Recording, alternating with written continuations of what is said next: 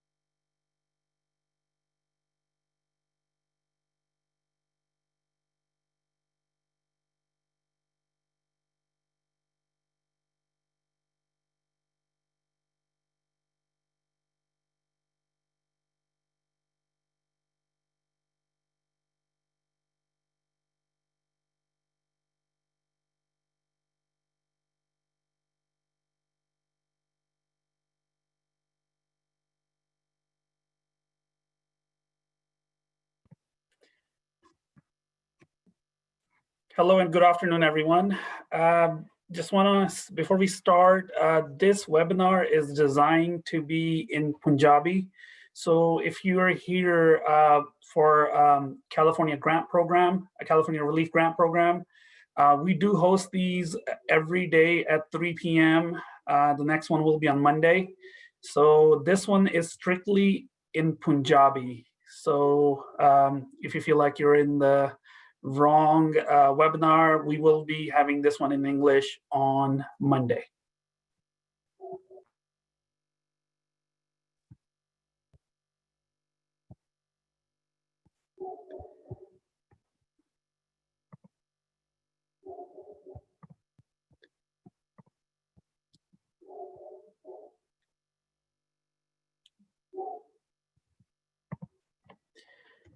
ਵਾਹਿਗੁਰੂ ਜੀ ਕਾ ਖਾਲਸਾ ਵਾਹਿਗੁਰੂ ਜੀ ਕੀ ਫਤਿਹ ਜੀ ਆਇਆਂ ਨੂੰ ਤੁਹਾਨੂੰ ਸਾਰਿਆਂ ਨੂੰ ਅੱਜ ਦਾ ਇਹ ਵੈਬਿਨਾਰ ਜੁਆਇੰਟ ਐਫਰਟ ਹੈਗੀ ਆ ਜਕਾਰਾ ਤੇ ਐਕਸੈਸ ਪਲੱਸ ਕੈਪੀਟਲ ਦੇ ਵਿੱਚ। Access Plus Capital non profit business lender ਆ। ਜੇ ਤੁਹਾਨੂੰ ਬੈਂਕ ਦੇ ਕੋਲੋਂ ਲੋਨ ਨਹੀਂ ਮਿਲ ਰਿਹਾ ਜਾਂ ਤੁਹਾਡਾ ਬਿਜ਼ਨਸ ਸਟਾਰਟਅਪ ਆ ਤੇ ਅਸੀਂ ਤੁਹਾਡੀ ਮਦਦ ਕਰ ਸਕਦੇ ਹਾਂ। ਤੇ ਸਾਡੀ ਇਨਫੋਰਮੇਸ਼ਨ ਲਈ ਤੁਸੀਂ accesspluscapital.com ਵਿਜ਼ਿਟ ਕਰ ਸਕਦੇ ਹਾਂ। ਤੇ ਮੇਰਾ ਨਾਮ ਬਲਦੇਵ ਸਿੰਘ ਵਿਰਕ ਹੈ ਤੇ ਮੈਂ ਡਾਇਰੈਕਟਰ ਆਫ ਰਿਸਕ ਮੈਨੇਜਮੈਂਟ ਹਾਂ ਐਕਸੈਸ ਪਲੱਸ ਕੈਪੀਟਲ ਦੇ ਨਾਲ। ਐਕਸੈਸ ਪਲੱਸ ਕੈਪੀਟਲ ਜਿੱਦਾਂ ਮੈਂ ਪਹਿਲਾਂ ਕਿਹਾ ਨਾਨ ਪ੍ਰੋਫਿਟ ਆ ਤੇ ਸਾਡੀ ਏਮ ਇਹੀ ਆ ਵੀ ਅਸੀਂ ਵੱਧ ਤੋਂ ਵੱਧ ਬਿਜ਼ਨਸਿਸ ਦੀ ਹੈਲਪ ਕਰ ਸਕੀਏ। ਤੇ ਉਹਦੇ ਆਧਾਰ ਤੇ ਅੱਜ ਦਾ ਵੈਬਿਨਾਰ ਹੈਗਾ ਕੈਲੀਫੋਰਨੀਆ ਰਿਲੀਫ ਗ੍ਰਾਂਟ ਦੇ ਉੱਤੇ, ਜੋ ਕਿ ਸਾਰੇ ਬਿਜ਼ਨਸਿਸ ਤੇ ਸਮ ਨਾਨ ਪ੍ਰੋਫਿਟ ਬਿਜ਼ਨਸਿਸ ਅਪਲਾਈ ਕਰ ਸਕਦੇ ਆ। ਤੇ ਇਸ ਤੋਂ ਅੱਗੇ ਮੈਂ ਜਾਵਾਂ, ਮੈਂ ਚਾਹੁੰਦਾ ਹਾਂ ਕਿ ਕਮਲਜੀਤ ਗਿੱਲ ਜਕਾਰੇ ਬਾਰੇ ਵੀ ਥੋੜੀ ਜਿਹੀ ਰੋਸ਼ਨੀ ਪਾ ਸਕੇ ਤੇ ਉਸ ਤੋਂ ਬਾਅਦ ਆਪਾਂ ਵੈਬਿਨਾਰ ਸਟਾਰਟ ਕਰਾਂਗੇ। ਵਾਹਿਗੁਰੂ ਜੀ ਕਾ ਖਾਲਸਾ ਵਾਹਿਗੁਰੂ ਜੀ ਕੀ ਫਤਿਹ ਸਾਰਿਆਂ ਨੂੰ। ਬਹੁਤ ਧੰਨਵਾਦ ਜਿਹੜੇ ਵੀ ਅੱਜ ਸਾਡੇ ਨਾਲ ਜੁੜੇ ਆ। ਮੇਰਾ ਨਾਮ ਹੈਗਾ ਕਮਲਜੀਤ ਕੌਰ, ਮੈਂ ਜਕਾਰਾ ਮੂਵਮੈਂਟ ਸੰਸਥਾ ਦੇ ਨਾਲ ਕੰਮ ਕਰਦੀ ਹਾਂ। ਐਂਡ ਜਿਹੜੀ ਜਕਾਰਾ ਮੂਵਮੈਂਟ ਸੰਸਥਾ ਹੈਗੀ ਆ ਇਹ ਕੈਲੀਫੋਰਨੀਆ ਸਟੇਟ ਵਾਈਡ ਸੰਸਥਾ ਵਾ, ਇੱਕ ਕਮਿਊਨਿਟੀ ਬੇਸਡ ਆਰਗੇਨਾਈਜੇਸ਼ਨ ਜਿਹਨੂੰ ਕਹਿੰਦੇ ਆ। ਤੇ ਆਪਾਂ ਜਿਹੜੀ ਪੰਜਾਬੀ ਸੰਗਤ ਆ ਉਹਨਾਂ ਨਾਲ ਕੰਮ ਕਰਦੇ ਹਾਂ।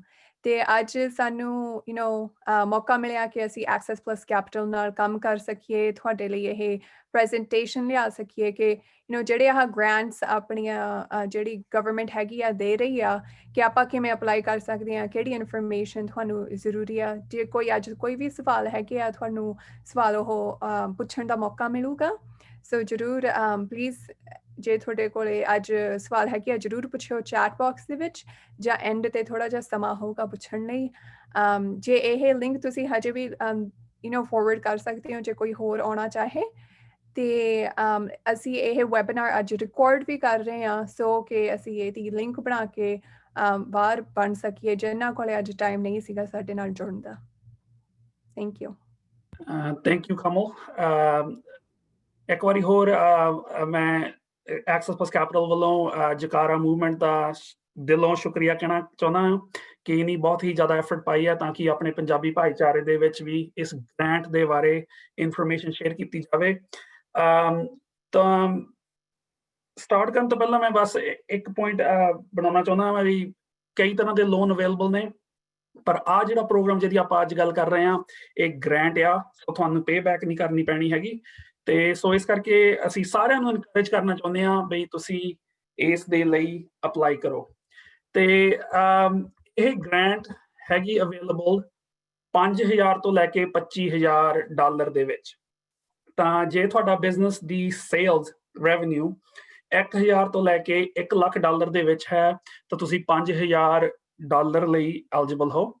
ਤਾਂ ਜੇਕਰ ਤੁਹਾਡੀ ਰੈਵਨਿਊਜ਼ ਸੇਲਸ $1 ਲੱਖ ਤੋਂ ਲੈ ਕੇ $1 ਮਿਲੀਅਨ ਦੇ ਵਿੱਚ ਹੈ ਤਾਂ ਤੁਸੀਂ $15,000 ਲਈ ਐਲੀਜੀਬਲ ਹੋਗੇ। ਤੇ ਜੇ ਤੁਹਾਡੀ ਸੇਲਸ $1 ਮਿਲੀਅਨ ਤੋਂ ਲੈ ਕੇ $2.5 ਮਿਲੀਅਨ ਦੇ ਵਿੱਚ ਹੈ ਤਾਂ ਤੁਸੀਂ $25,000 ਲਈ ਐਲੀਜੀਬਲ ਹੋਵੋਗੇ ਅੰਡਰ ਦਿਸ ਪ੍ਰੋਗਰਾਮ। ਤੇ ਇਹ ਪ੍ਰੋਗਰਾਮ ਸਟੇਟ ਆਫ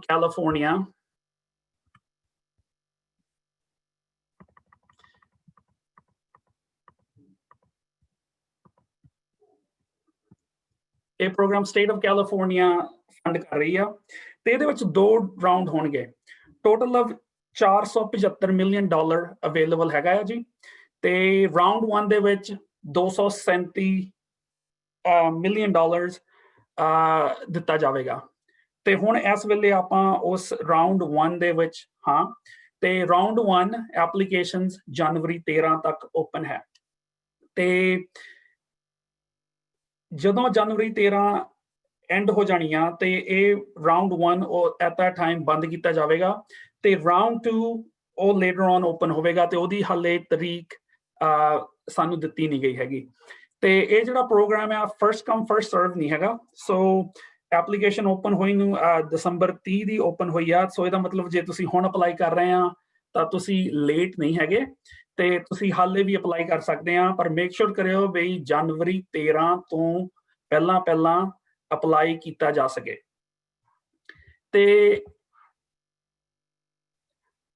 ਹੋਰ ਇਸ ਗੱਲ ਦੇ ਵਿੱਚ ਬਹੁਤ ਵੱਡੀ ਅਹਿਮੀਅਤ ਇਹ ਹੈ ਕਿ ਜੇ ਤੁਹਾਨੂੰ ਲੱਗਦਾ ਵੀ ਤੁਹਾਨੂੰ ਹੈਲਪ ਦੀ ਲੋੜ ਹੈ, ਤੁਹਾਨੂੰ ਮਦਦ ਦੀ ਲੋੜ ਹੈ ਐਪਲੀਕੇਸ਼ਨ ਦੇ ਵਿੱਚ, ਤਾਂ ਤੁਸੀਂ ਕਈ ਮਾਰਕੀਟਿੰਗ ਪਾਰਟਨਰਸ ਨੂੰ ਰੀਚ ਆਊਟ ਕਰ ਸਕਦੇ ਹੋ, ਜਿੱਦਾਂ ਜਕਾਰਾ ਨੇ ਵੀ ਹੌਟਲਾਈਨ ਸੈਟਅਪ ਕੀਤੀ ਆ, ਤੇ ਉਹ ਵੀ ਅਸੀਂ ਚੈਟ ਦੇ ਵਿੱਚ ਸ਼ੇਅਰ ਕਰ ਦੇਵਾਂਗੇ ਨੰਬਰ, ਤੇ ਆਲਸੋ ਐਕਸੈਸ ਪਲਸ ਕੈਪੀਟਲ, ਤੇ ਹੋਰ ਕਈ non profits throughout the state available ਨੇ ਜਿਹੜੇ ਕਿ ਤੁਹਾਡੀ ਇਹਦੇ ਵਿੱਚ ਮਦਦ ਕਰ ਸਕਦੇ ਹਨ। ਹੁਣ ਆਪਾਂ ਗੱਲ ਕਰੀਏ ਵੀ ਐਲੀਜੀਬਲ ਕੌਣ ਹੈ ਅਪਲਾਈ ਕਰਨ ਦੇ ਲਈ, ਤੇ ਹਰੇਕ ਪ੍ਰੋਗਰਾਮ ਸੋ ਫਾਰ ਆਇਆ ਉਹਦੀ ਅਲੱਗ-ਅਲੱਗ ਐਲੀਜੀਬਿਲਿਟੀ ਹੈ। ਜਿੱਦਾਂ PPP ਪ੍ਰੋਗਰਾਮ ਦੀ ਅਲੱਗ ਐਲੀਜੀਬਿਲਿਟੀ ਸੀ, ਤੇ ਐਮਰਜੈਂਸੀ ਲੋਨ ਪ੍ਰੋਗਰਾਮ ਦੀ SBA ਵਾਲੇ ਦੀ ਅਲੱਗ ਐਲੀਜੀਬਿਲਿਟੀ ਸੀ, ਤੇ ਇਸ ਪ੍ਰੋਗਰਾਮ ਦੀ ਐਲੀਜੀਬਿਲਿਟੀ ਬੇਸਿਕਲੀ ਹੈਗੀ ਆ ਫਰਸਟ ਆਫ ਆਲ ਬਈ ਤੁਸੀਂ your active business as of June 1, 2019. So basically ਤੁਸੀਂ ਜੂਨ 1, 2019 ਤੋਂ ਪਹਿਲਾਂ ਬਿਜ਼ਨਸ ਦੇ ਵਿੱਚ ਸੀਗੇ, ਤੇ ਉਸ ਤੋਂ ਬਾਅਦ ਨਹੀਂ ਤੁਸੀਂ ਆਪਣੇ ਡੋਰਸ ਓਪਨ ਕੀਤੇ। ਤੇ ਦੂਸਰੀ ਗੱਲ ਵੀ ਤੁਸੀਂ ਸਟੇਟ ਆਫ ਕੈਲੀਫੋਰਨੀਆ ਦੇ ਵਿੱਚ ਆਪਰੇਟ ਕਰ ਰਹੇ ਹੋ, ਤੁਹਾਡਾ ਬਿਜ਼ਨਸ ਕੈਲੀਫੋਰਨੀਆ ਦੇ ਵਿੱਚ ਹੈ, ਤੇ ਜਿਹੜੇ ਰਿਸਟ੍ਰਿਕਸ਼ਨਸ ਇਸ਼ੂ ਕੀਤੇ ਗਏ ਕੋਵਿਡ ਕਰਕੇ, ਤੇ ਤੁਹਾਡਾ ਬਿਜ਼ਨਸ ਜਾਂ ਬੰਦ ਹੋ ਗਿਆ ਸੀ ਜਾਂ ਇੰਟਰਰਪਸ਼ਨ ਆਈ ਸੀ, ਤੇ ਤੁਸੀਂ ਇਸ ਦੇ ਲਈ ਐਲੀਜੀਬਲ ਹੋ ਗਏ, ਤੇ 2018 ਤੇ ਜਾਂ 2019 ਦਾ ਟੈਕਸ ਰਿਟਰਨ ਤੁਸੀਂ ਆਲਰੇਡੀ ਫਾਈਲ ਕੀਤਾ ਆ। ਤੇ ਜਿਹੜੀ ਡਾਕੂਮੈਂਟ ਰਿਕੁਆਇਰਮੈਂਟ ਹੈਗੀ ਇਸ ਪ੍ਰੋਗਰਾਮ ਲਈ ਬਹੁਤ ਹੀ ਥੋੜੀ ਹੈ, ਇਤਨੀ ਜ਼ਿਆਦਾ ਨਹੀਂ ਹੈਗੀ। ਸੋ ਇਸ ਕਰਕੇ ਮੈਂ ਸਾਰੇ ਬਿਜ਼ਨਸਿਸ ਤੇ ਨਾਨ ਪ੍ਰੋਫਿਟ ਬਿਜ਼ਨਸਿਸ ਨੂੰ ਦੱਸਣਾ ਚਾਹੁੰਦਾ ਵੀ ਤੁਸੀਂ ਅਪਲਾਈ ਜ਼ਰੂਰ ਕਰੋ, ਤੇ ਜਿਹੜੀ ਡਿਟਰਮੀਨੇਸ਼ਨ ਆ ਉਹ ਬਣਾਈ ਜਾਵੇਗੀ ਸਕੋਰ ਕਾਰਡ ਦੇ ਰਹਿਤ, ਤੇ ਉਹ ਸਕੋਰ ਕਾਰਡ ਕਿਸ ਤਰ੍ਹਾਂ ਹੈ ਉਹਦੀ ਵੀ ਗੱਲਬਾਤ ਮੈਂ ਥੋੜਾ ਜਿਹਾ ਬਾਅਦ ਦੇ ਵਿੱਚ ਕਰਾਂਗਾ।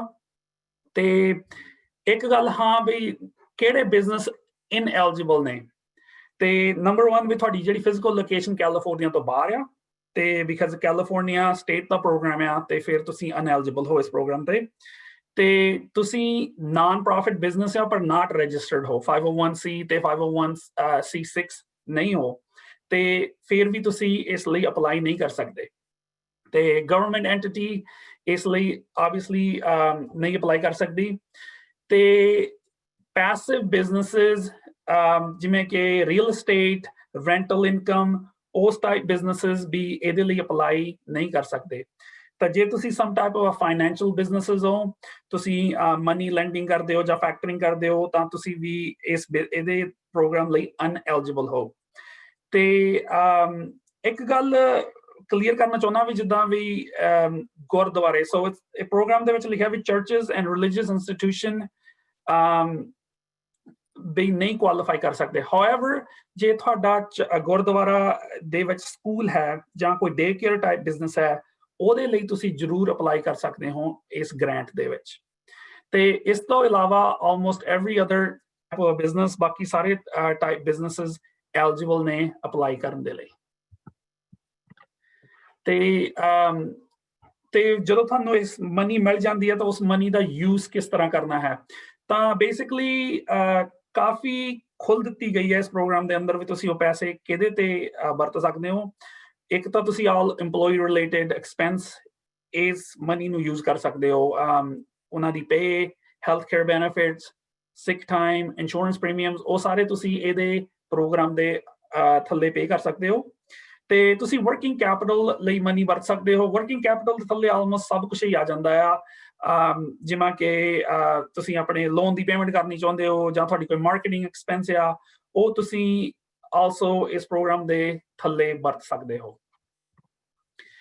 ਤੇ ਹਾਂਜੀ, ਹੁਣ ਅਗਲਾ ਜਿਹੜਾ ਪੁਆਇੰਟ ਹੈਗਾ ਵੀ ਡਿਟਰਮੀਨੇਸ਼ਨ, ਵੀ ਰੈਸਿਪੀਐਂਟ ਕਿਸ ਤਰ੍ਹਾਂ ਚੁਣੇ ਜਾਣਗੇ, ਵੀ ਕਿਹਨੂੰ ਇਹ ਗ੍ਰਾਂਟ ਮਿਲਣੀ ਹੈ। ਤੇ ਸਭ ਤੋਂ ਪਹਿਲਾਂ ਉਹਨਾਂ ਦੀ ਕੋਸ਼ਿਸ਼ ਹੈਗੀ ਆ ਕਿ ਇਹ ਪ੍ਰੋਗਰਾਮ ਉਹਨਾਂ ਬਿਜ਼ਨਸਿਸ ਨੂੰ ਦਿੱਤਾ ਜਾਵੇ ਜਿਹੜੇ under served small businesses group ਨੇ, ਜਾਂ ਕਿ ਉਹ ਵੂਮਨ ਓਨਡ ਨੇ, ਮਾਈਨੋਰਿਟੀ ਓਨਡ ਨੇ, ਤੇ ਲੋ ਇਨਕਮ ਤੇ ਮਾਡਰੇਟ ਏਰੀਆਜ਼ ਦੇ ਵਿੱਚ ਆਪਰੇਟ ਕਰ ਰਹੇ ਨੇ। ਸੋ ਉਹਨਾਂ ਬਿਜ਼ਨਸਿਸ ਨੂੰ ਪਹਿਲ ਦਿੱਤੀ ਜਾਵੇਗੀ। ਇਹਦਾ ਮਤਲਬ ਇਹ ਨਹੀਂ ਵੀ ਬਾਕੀ ਦੇ ਬਿਜ਼ਨਸਿਸ ਨਹੀਂ ਅਵੇਲੇਬਲ, ਉਹ ਵੀ ਅਵੇਲੇਬਲ ਨੇ। ਤੇ ਥੋੜੀ ਜਿਹੀ ਕਈ ਇੰਡਸਟਰੀਜ਼ ਜਿਹੜੇ ਜ਼ਿਆਦਾ ਅਫੈਕਟਡ ਨੇ ਕੋਵਿਡ ਕਰਕੇ ਉਹਨਾਂ ਨੂੰ ਵੀ ਪਹਿਲ ਦਿੱਤੀ ਜਾਵੇਗੀ, ਜਿਵੇਂ ਕਿ ਰੀਟੇਲ ਸਟੋਰਸ ਹੋ ਗਏ, ਫੂਡ ਤੇ ਹਸਪਿਟੈਲਿਟੀ ਰੈਸਟੋਰੈਂਟਸ ਟਾਈਪ ਹੋ ਗਏ, ਤੇ ਬਿਊਟੀ ਸਲਾਨ, ਨੇਲ ਸਲਾਨਸ, ਬਾਰਬਰ ਸ਼ਾਪਸ, ਕਿਉਂਕਿ ਉਹ ਉਹਨਾਂ ਨੂੰ ਬਹੁਤ ਹੀ ਜ਼ਿਆਦਾ ਅਫੈਕਟ ਹੋਇਆ ਆ ਸਟੇਟ ਮੈਂਡੇਟ ਕਲੋਜ਼ ਡਾਊਨ ਕਰਕੇ। ਤੇ ਆਲਸੋ ਇੱਕ ਗੱਲ ਹੋਰ ਵੀ, ਜੇ ਤੁਹਾਡਾ ਬਿਜ਼ਨਸ ਰੂਰਲ ਏਰੀਆ ਦੇ ਵਿੱਚ ਹੈ ਉੱਥੇ ਉਹਨਾਂ ਬਿਜ਼ਨਸਿਸ ਨੂੰ ਵੀ ਪਹਿਲ ਦਿੱਤੀ ਜਾਵੇਗੀ, ਜਿਵੇਂ ਕਿ ਜੇ ਤੁਹਾਡਾ ਸ਼ਹਿਰ ਜਾਂ ਦੇ ਵਿੱਚ 50,000 ਤੋਂ ਘੱਟ ਦੀ ਪਾਪੂਲੇਸ਼ਨ ਹੈ। ਤੇ ਮੈਂ ਆਲਰੇਡੀ ਦੱਸਿਆ ਸੀਗਾ ਵੀ 5,000 ਤੋਂ ਲੈ ਕੇ 25,000 ਤੱਕ ਦੀ ਇੱਕ ਗ੍ਰਾਂਟ ਮਨੀ ਅਵੇਲੇਬਲ ਹੈ।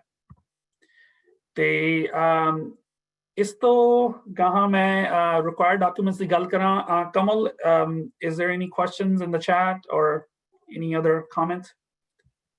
Not at the moment ਜੇ ਲੇਕਿਨ ਕਿਸੇ ਕੋਲੇ ਵੀ ਕੋਈ ਵੀ ਸਵਾਲ ਆ ਪਲੀਜ਼ ਚੈਟ ਬਾਕਸ ਦੇ ਵਿੱਚ ਜ਼ਰੂਰ ਤੁਸੀਂ ਆਪਦਾ ਸਵਾਲ ਪੁੱਛ ਸਕਦੇ ਹੋ ਤੇ ਅਸੀਂ ਆਨਸਰ ਕਰਨ ਦੀ ਜ਼ਰੂਰ ਕੋਸ਼ਿਸ਼ ਕਰਾਂਗੇ।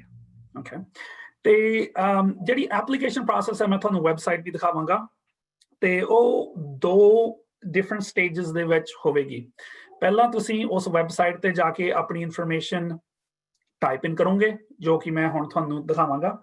ਤੇ ਜਦੋਂ ਤੁਸੀਂ ਐਪਲੀਕੇਸ਼ਨ ਆਪਣੀ ਬਿਜ਼ਨਸ ਦੀ ਇਨਫੋਰਮੇਸ਼ਨ ਤੇ ਆਪਣੀ ਪਰਸਨਲ ਇਨਫੋਰਮੇਸ਼ਨ ਉੱਥੇ ਪਾ ਦਿੱਤੀ ਤਾਂ ਤੁਹਾਨੂੰ ਈਮੇਲ ਆਵੇਗੀ ਲਿੰਡਸਟਰੀ ਵੱਲੋਂ, ਕਿਉਂਕਿ ਲਿੰਡਸਟਰੀ ਇਹ ਫੰਡਸ ਐਡਮਿਨਿਸਟਰ ਕਰ ਰਿਹਾ ਆ, ਤੇ ਉਹਦੇ ਵਿੱਚ ਤੁਹਾਨੂੰ ਲੌਗਇਨ ਤੇ ਪਾਸਵਰਡ ਈਮੇਲ ਦੇ ਵਿੱਚ ਦਿੱਤਾ ਜਾਵੇਗਾ। ਫਿਰ ਤੁਸੀਂ ਉਹ ਲੌਗਇਨ ਤੇ ਪਾਸਵਰਡ ਯੂਜ਼ ਕਰਕੇ ਪਹਿਲਾਂ ਤਾਂ ਜਦੋਂ ਤੁਸੀਂ ਉਹ ਪਾਸਵਰਡ ਤੇ ਲੌਗਇਨ ਕਰਨਾ ਤੁਹਾਨੂੰ ਆਪਣਾ ਪਾਸਵਰਡ ਚੇਂਜ ਕਰਨਾ ਪੈਣਾ, ਕਰਕੇ ਉਹਨਾਂ ਨੇ ਜੈਨਰਿਕ ਪਾਸਵਰਡ ਦਿੱਤਾ ਹੋਣਾ, ਤੇ ਫਿਰ ਤੁਸੀਂ ਪਾਸਵਰਡ ਚੇਂਜ ਕਰਕੇ ਲੌਗਇਨ ਕਰਨਾ ਵੈਬਸਾਈਟ ਦੇ ਵਿੱਚ, ਤਾਂ ਤੁਸੀਂ ਰਿਕੁਆਇਰਡ ਡਾਕੂਮੈਂਟਸ ਤੁਸੀਂ ਉੱਥੇ ਅਪਲੋਡ ਕਰਨੇ ਨੇ। ਤੇ ਉਹ ਰਿਕੁਆਇਰਡ ਡਾਕੂਮੈਂਟਸ ਦੇ ਵਿੱਚ ਆਉਂਦਾ ਨੇ ਇੱਕ ਤਾਂ ਵੀ ਐਪਲੀਕੇਸ਼ਨ ਜੋ ਤੁਸੀਂ ਆਨਲਾਈਨ ਭਰ ਦੇਣੀ ਆ, ਠੀਕ ਹੈ ਜੀ। ਦੂਸਰੀ ਆ ਵੀ ਤੁਹਾਨੂੰ ਆਪਣੀ ਬਿਜ਼ਨਸ ਦੀ ਫਾਈਨੈਂਸ਼ੀਅਲ ਡਾਕੂਮੈਂਟਸ ਅਪਲੋਡ ਕਰਨੇ ਪੈਣਗੇ। ਤੇ ਆਲਸੋ ਇੱਕ ਫਾਰਮ ਆ ਬਹੁਤ ਹੀ ਜ਼ਰੂਰੀ, ਜਦ ਤੁਸੀਂ ਐਪਲੀਕੇਸ਼ਨ ਭਰੋਗੇ ਤਾਂ ਉਹ ਤੁਹਾਨੂੰ ਪ੍ਰਿੰਟ ਕਰਕੇ ਸਬਮਿਟ ਕਰਨਾ ਪੈਣਾ ਇਨੀਸ਼ੀਅਲਸ ਕਰਕੇ। ਬੇਸਿਕਲੀ ਤੁਸੀਂ ਸਰਟੀਫਾਈ ਕਰ ਰਹੇ ਆ ਵੀ ਜਿਹੜੀ ਇਨਫੋਰਮੇਸ਼ਨ ਤੁਸੀਂ ਦੇ ਰਹੇ ਹੋ ਕੰਪਲੀਟ ਹੈ। ਤੇ ਆਲਸੋ ਤੁਹਾਡੀ ਆਈਡੀ, ਤੁਹਾਡੀ ਗਵਰਨਮੈਂਟ ਇਸ਼ੂ ਆਈਡੀ ਸਬਮਿਟ ਕਰਨੀ ਪਵੇਗੀ ਤੁਹਾਨੂੰ। 2019 ਦਾ ਟੈਕਸ ਰਿਟਰਨ ਜੇ ਤੁਸੀਂ ਆਲਰੇਡੀ ਭਰ ਲਿਆ ਹੈ, ਨਹੀਂ ਤਾਂ 2018 ਦਾ ਟੈਕਸ ਰਿਟਰਨ। ਇੱਕ ਗੱਲ ਮੈਂ ਕਲੀਅਰ ਕਰਨਾ ਚਾਹੁੰਦਾ ਵੀ ਜਦੋਂ ਹਨਾ ਟੈਕਸ ਰਿਟਰਨ ਦੀ ਆਪਾਂ ਗੱਲ ਕਰਦੇ ਹਾਂ, ਸਾਰੇ ਪੇਜਸ ਚਾਹੀਦੇ ਨੇ। ਜੇ ਤੁਹਾਡੇ ਕੋਲ ਆਲਰੇਡੀ ਟੈਕਸ ਰਿਟਰਨ ਦੀ PDF ਹੈਗੀ ਆ, ਦੈਟਸ ਵੈਰੀ ਗੁੱਡ, ਪਰ ਜੇ ਤੁਹਾਡੇ ਕੋਲ ਪੇਪਰ ਕਾਪੀ ਆ ਤਾਂ ਮੇਕ ਸ਼ੋਰ ਕਰਿਓ ਵੀ ਤੁਸੀਂ ਸਾਰੇ ਹੀ ਪੇਜਸ, ਜੇ ਫਰੰਟ ਐਂਡ ਬੈਕ ਕੋਈ ਵੀ ਸਕੇਡਿਊਲ ਉਹਦੇ ਨਾਲ ਹੈ, ਸਾਰੀ ਫੁੱਲ ਟੈਕਸ ਰਿਟਰਨ ਤੁਸੀਂ ਸਬਮਿਟ ਕਰਨਾ ਹੈ। ਤੇ ਕੋਈ ਵੀ ਗਵਰਨਮੈਂਟ ਇਸ਼ੂ ਆਈਡੀ ਐਕਸੈਪਟੇਬਲ ਆ, ਸੋ ਪਾਸਪੋਰਟਸ ਵੀ ਐਕਸੈਪਟੇਬਲ ਆ, ਜੇ ਤੁਹਾਡੀ ਸਟੇਟ ਆਫ ਕੈਲੀਫੋਰਨੀਆ ਆਈਡੀ ਆ ਉਹ ਵੀ ਐਕਸੈਪਟੇਬਲ ਆ।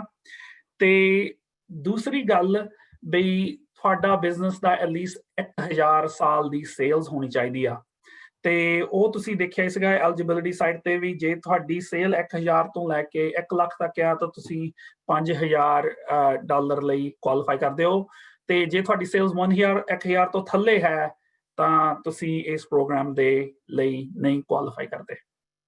ਤੇ ਕਮਲ, do we have any questions? ਨਹੀਂ, ਇਸ ਵੇਲੇ ਕੋਈ ਕੁਐਸਚਨਸ ਨਹੀਂ ਹੈ।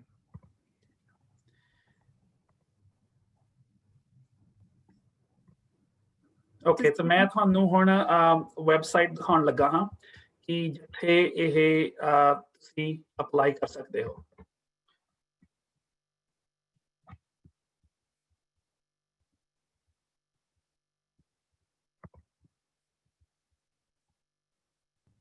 ਜੇ ਤੁਹਾਨੂੰ ਸਵਾਲ ਵੀ ਹੈਗੇ ਆ ਨਾਲ ਦੀ ਨਾਲ ਲਿਖੀ ਜਾਓ, ਡੈਫੀਨਿਟਲੀ ਐਟ ਦੀ ਐਂਡ ਥੋੜਾ ਜਿਹਾ ਟਾਈਮ ਹੋਊਗਾ ਜਦੋਂ ਤੁਸੀਂ ਪੁੱਛ ਸਕਦੇ ਹੋ।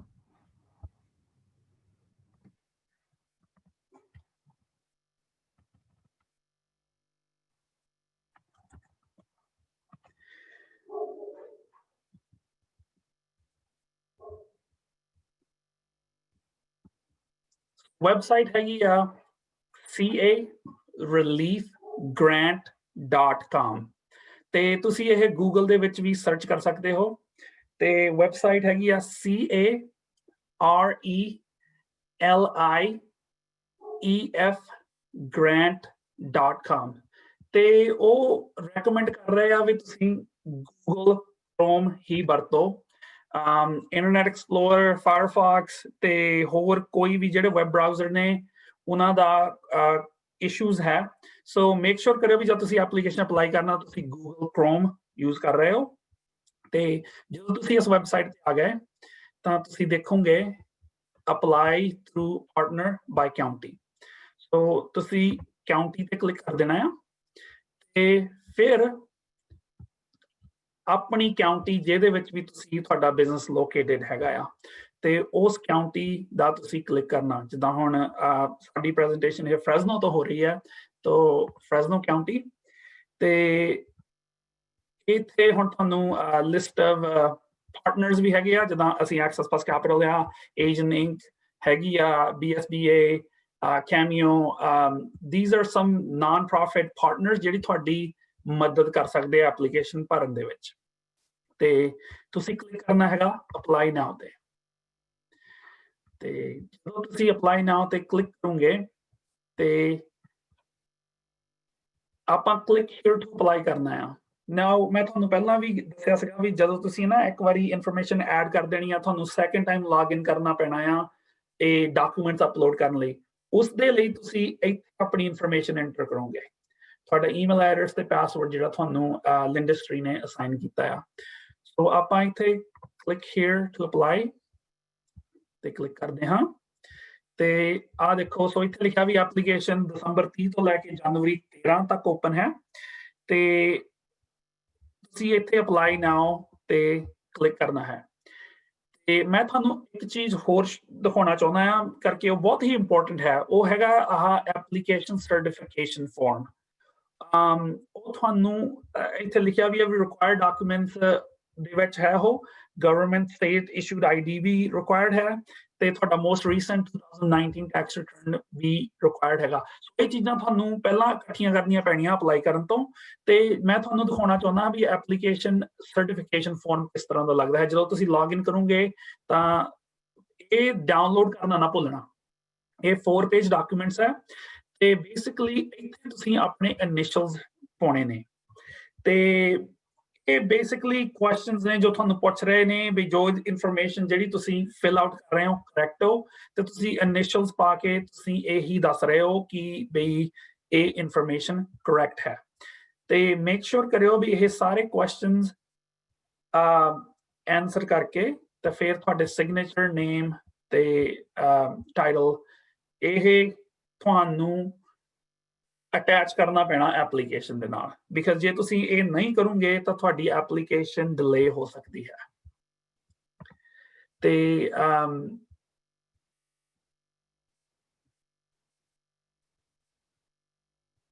ਓਕੇ ਸੋ ਅਪਲਾਈ ਨਾਓ ਤੇ ਕਲਿੱਕ ਕਰਦੇ ਹਾਂ ਤੇ ਤੁਹਾਨੂੰ ਆ ਸਕਰੀਨ ਸ਼ੁਰੂ ਹੋਣੀ ਸੋ ਬੇਸਿਕਲੀ ਇਸ ਵੇਲੇ ਹੁਣ ਤੁਸੀਂ ਐਪਲੀਕੇਸ਼ਨ ਦੇ ਵਿੱਚ ਹੋ ਤੁਸੀਂ ਆਪਣੀ ਇਨਫੋਰਮੇਸ਼ਨ ਐਂਟਰ ਕਰਨੀ ਇੱਥੋਂ ਸ਼ੁਰੂ ਕਰ ਸਕਦੇ ਹੋ ਤੇ ਪਹਿਲਾਂ ਤੁਸੀਂ ਆਪਣੀ ਇਨਫੋਰਮੇਸ਼ਨ ਐਡ ਕਰੋਗੇ ਤੇ ਉਸ ਤੋਂ ਬਾਅਦ ਬਿਜ਼ਨਸ ਇਨਫੋਰਮੇਸ਼ਨ ਤੇ ਤੁਹਾਡੀ ਮੇਕਅਪ ਰੇਸ਼ੀਅਲ ਮੇਕਅਪ ਕੀ ਹੈ ਤੇ ਇਸ ਤਰ੍ਹਾਂ ਇਨਫੋਰਮੇਸ਼ਨ ਐਂਟਰ ਕਰਕੇ ਤੁਹਾਡੀ ਐਪਲੀਕੇਸ਼ਨ ਲਾਈਨ ਦੇ ਵਿੱਚ ਲੱਗ ਜਾਵੇਗੀ ਤੇ ਜਦੋਂ ਤੁਸੀਂ ਇਹ ਇਨਫੋਰਮੇਸ਼ਨ ਐਂਟਰ ਕਰ ਦਿੱਤੀ ਆ ਤੇ ਇਹਦੇ ਵਿੱਚ ਤੁਹਾਨੂੰ ਬਿਜ਼ਨਸ ਇਨਫੋਰਮੇਸ਼ਨ ਦੇ ਵਿੱਚ ਤੁਹਾਨੂੰ ਇਹ ਵੀ ਪੁੱਛੂਗੀ ਵੀ ਤੁਹਾਡੀ ਸੇਲਸ ਕਿੰਨੀ ਹੋਈ ਆ ਮੈਂ ਤੁਹਾਨੂੰ ਇੱਕ ਮਿੰਟ ਦਿਖਾ ਦਿੰਦਾ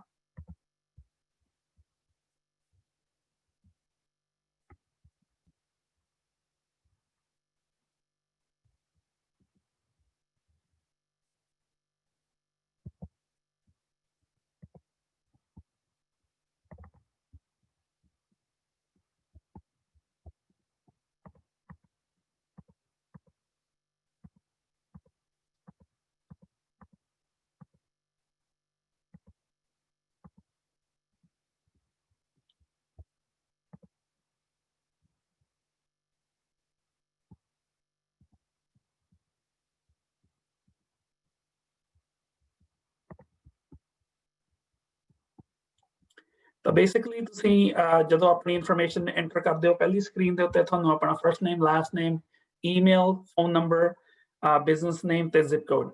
ਵੈਰੀ ਇੰਪੋਰਟੈਂਟ, ਜਿਹੜੀ ਈਮੇਲ ਤੁਸੀਂ ਯੂਜ਼ ਕਰ ਰਹੇ ਹੋ ਉਹ ਤੁਹਾਡੀ ਐਕਟਿਵ ਈਮੇਲ ਆ ਤੇ ਤੁਸੀਂ ਉਹਨੂੰ ਮੋਨੀਟਰ ਕਰਦੇ ਹੋ, ਬਿਕਾਜ਼ ਉਹਨਾਂ ਨੇ ਕਮਿਊਨੀਕੇਟ ਤੁਹਾਨੂੰ ਈਮੇਲ ਥਰੂ ਕਰਨਾ ਆ।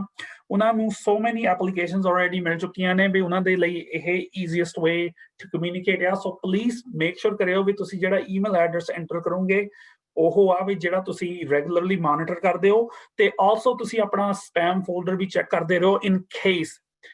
ਲਿੰਡਸਟਰੀ ਕਹਿੰਦਾ ਵੀ ਜਦੋਂ ਤੁਸੀਂ ਐਪਲੀਕੇਸ਼ਨ ਸਟਾਰਟ ਕਰਤੀ ਤੁਹਾਨੂੰ 48 ਆਵਰਸ ਦੇ ਵਿੱਚ ਉਹਨਾਂ ਦੀ ਈਮੇਲ ਆਵੇਗੀ ਯੂਜ਼ਰ ਨੇਮ ਤੇ ਪਾਸਵਰਡ ਦੇ ਲਈ। ਸੋ ਪਲੀਜ਼ ਮੇਕ ਸ਼ੋਰ ਕਰਿਓ ਵੀ ਤੁਸੀਂ ਆਪਣੀ ਈਮੇਲ ਮੋਨੀਟਰ ਜ਼ਰੂਰ ਕਰਿਓ। ਤੇ ਸੈਕੰਡ ਪੇਜ ਦੇ ਵਿੱਚ ਤੁਹਾਡੀ ਓਨਰ ਇਨਫੋਰਮੇਸ਼ਨ ਬਾਰੇ ਪੁੱਛਿਆ ਗਿਆ ਹੈ, ਤੇ ਇੱਥੇ ਤੁਸੀਂ ਇੰਡੀਕੇਟ ਕਰਦੇ ਹੋ ਬਈ ਕਿੰਨੇ % ਓਨਰਸ਼ਿਪ ਹੈ ਤੇ ਤੁਹਾਡੀ ਪਰਸਨਲ ਇਨਫੋਰਮੇਸ਼ਨ। ਨਾਓ ਇੱਕ ਬਿਜ਼ਨਸ ਦੇ ਲਈ ਸਿਰਫ ਇੱਕ ਓਨਰ ਅਪਲਾਈ ਕਰ ਸਕਦਾ ਹੈ। ਸੋ ਲੈਟਸ ਸੇ ਵੀ ਜੇ ਤੁਹਾਡੀ ਪਾਰਟਨਰਸ਼ਿਪ ਹੈ ਤੇ 2 ਜਾਂ 3 ਡਿਫਰੈਂਟ ਓਨਰਸ ਉਸ ਬਿਜ਼ਨਸ ਨੂੰ ਓਨ ਕਰਦੇ ਆ, ਸਿਰਫ ਇੱਕ ਐਪਲੀਕੇਸ਼ਨ ਹੀ ਤੁਸੀਂ ਅਪਲਾਈ ਕਰ ਸਕਦੇ ਹੋ।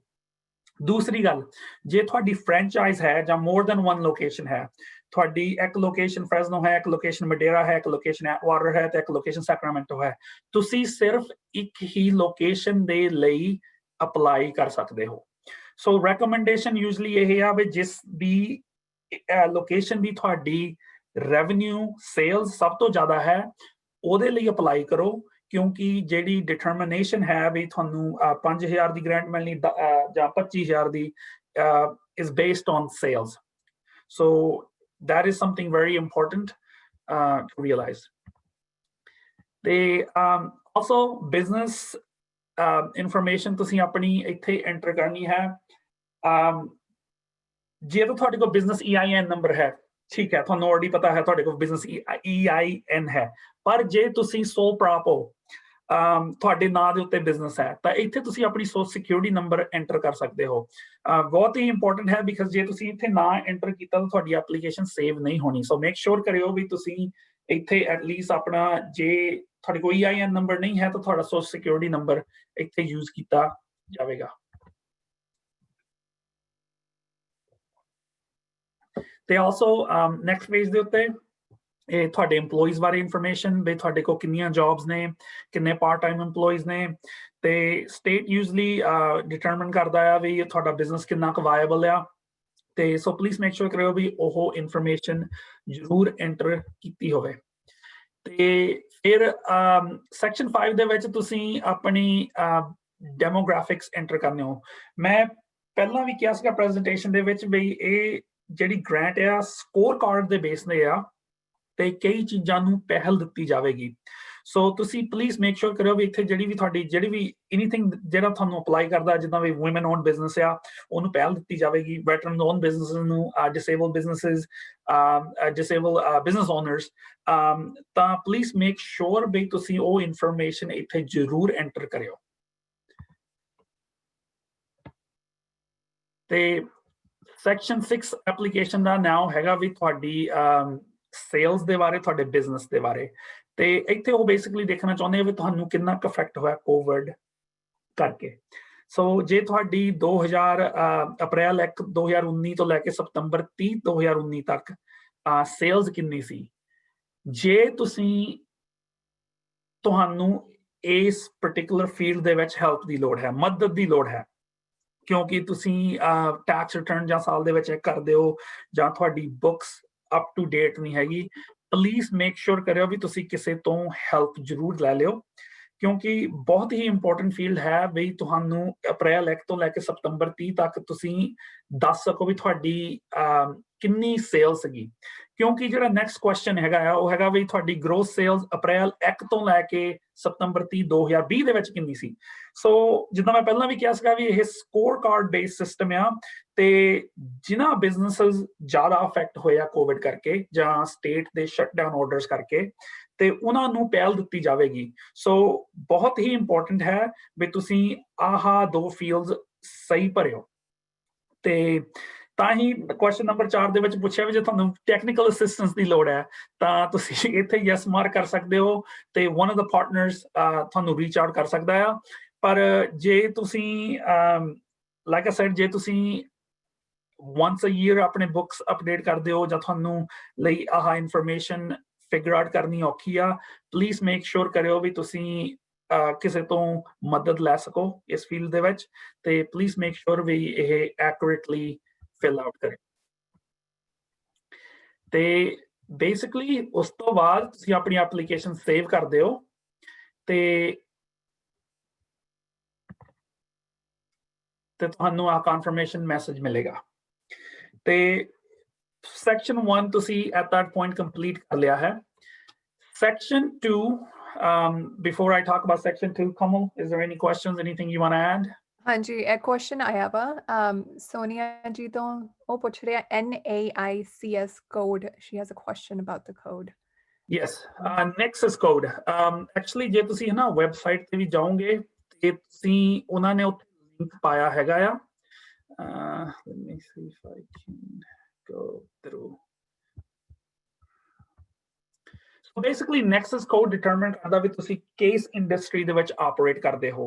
ਬਹੁਤ ਹੀ ਲੰਬੀ ਲਿਸਟ ਹੈ ਤੇ ਉਸ ਕੋਡਸ ਦੀ ਵਿੱਚ ਤੇ ਜ਼ਿਆਦਾਤਰ ਜਦੋਂ ਤੁਸੀਂ ਐਪਲੀਕੇਸ਼ਨ ਦੇ ਥਰੂ ਜਾਓਗੇ ਨਾ ਨੈਕਸਸ ਕੋਡ ਵਾਲੀ ਫੀਲਡ ਤੱਕ ਪਹੁੰਚੋਗੇ ਤਾਂ ਉੱਥੇ ਉਹਨਾਂ ਨੇ ਐਕਚੁਅਲੀ ਲਿੰਕ ਵੀ ਪਾਇਆ ਹੈਗਾ ਜਿੱਥੇ ਤੁਸੀਂ ਸਰਚ ਕਰ ਸਕਦੇ ਹੋ।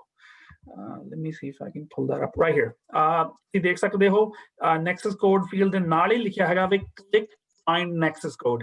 ਜੇ ਤੁਸੀਂ ਉੱਥੇ ਕਲਿੱਕ ਕਰੋਗੇ ਨਾ ਇੱਕ ਹੋਰ ਵੈਬ ਬ੍ਰਾਊਜ਼ਰ ਓਪਨ ਹੋ ਜਾਵੇਗਾ ਤੇ ਉੱਥੇ ਤੁਸੀਂ ਥੋੜੀ ਜਿਹੀ ਇਨਫੋਰਮੇਸ਼ਨ ਪਾਓਗੇ। ਲੈਟਸ ਸੇ ਵੀ ਤੁਸੀਂ ਬਿਊਟੀ ਸਲੂਨ ਹੋ ਸੋ ਤੁਸੀਂ ਪਾਓਗੇ beauty salon.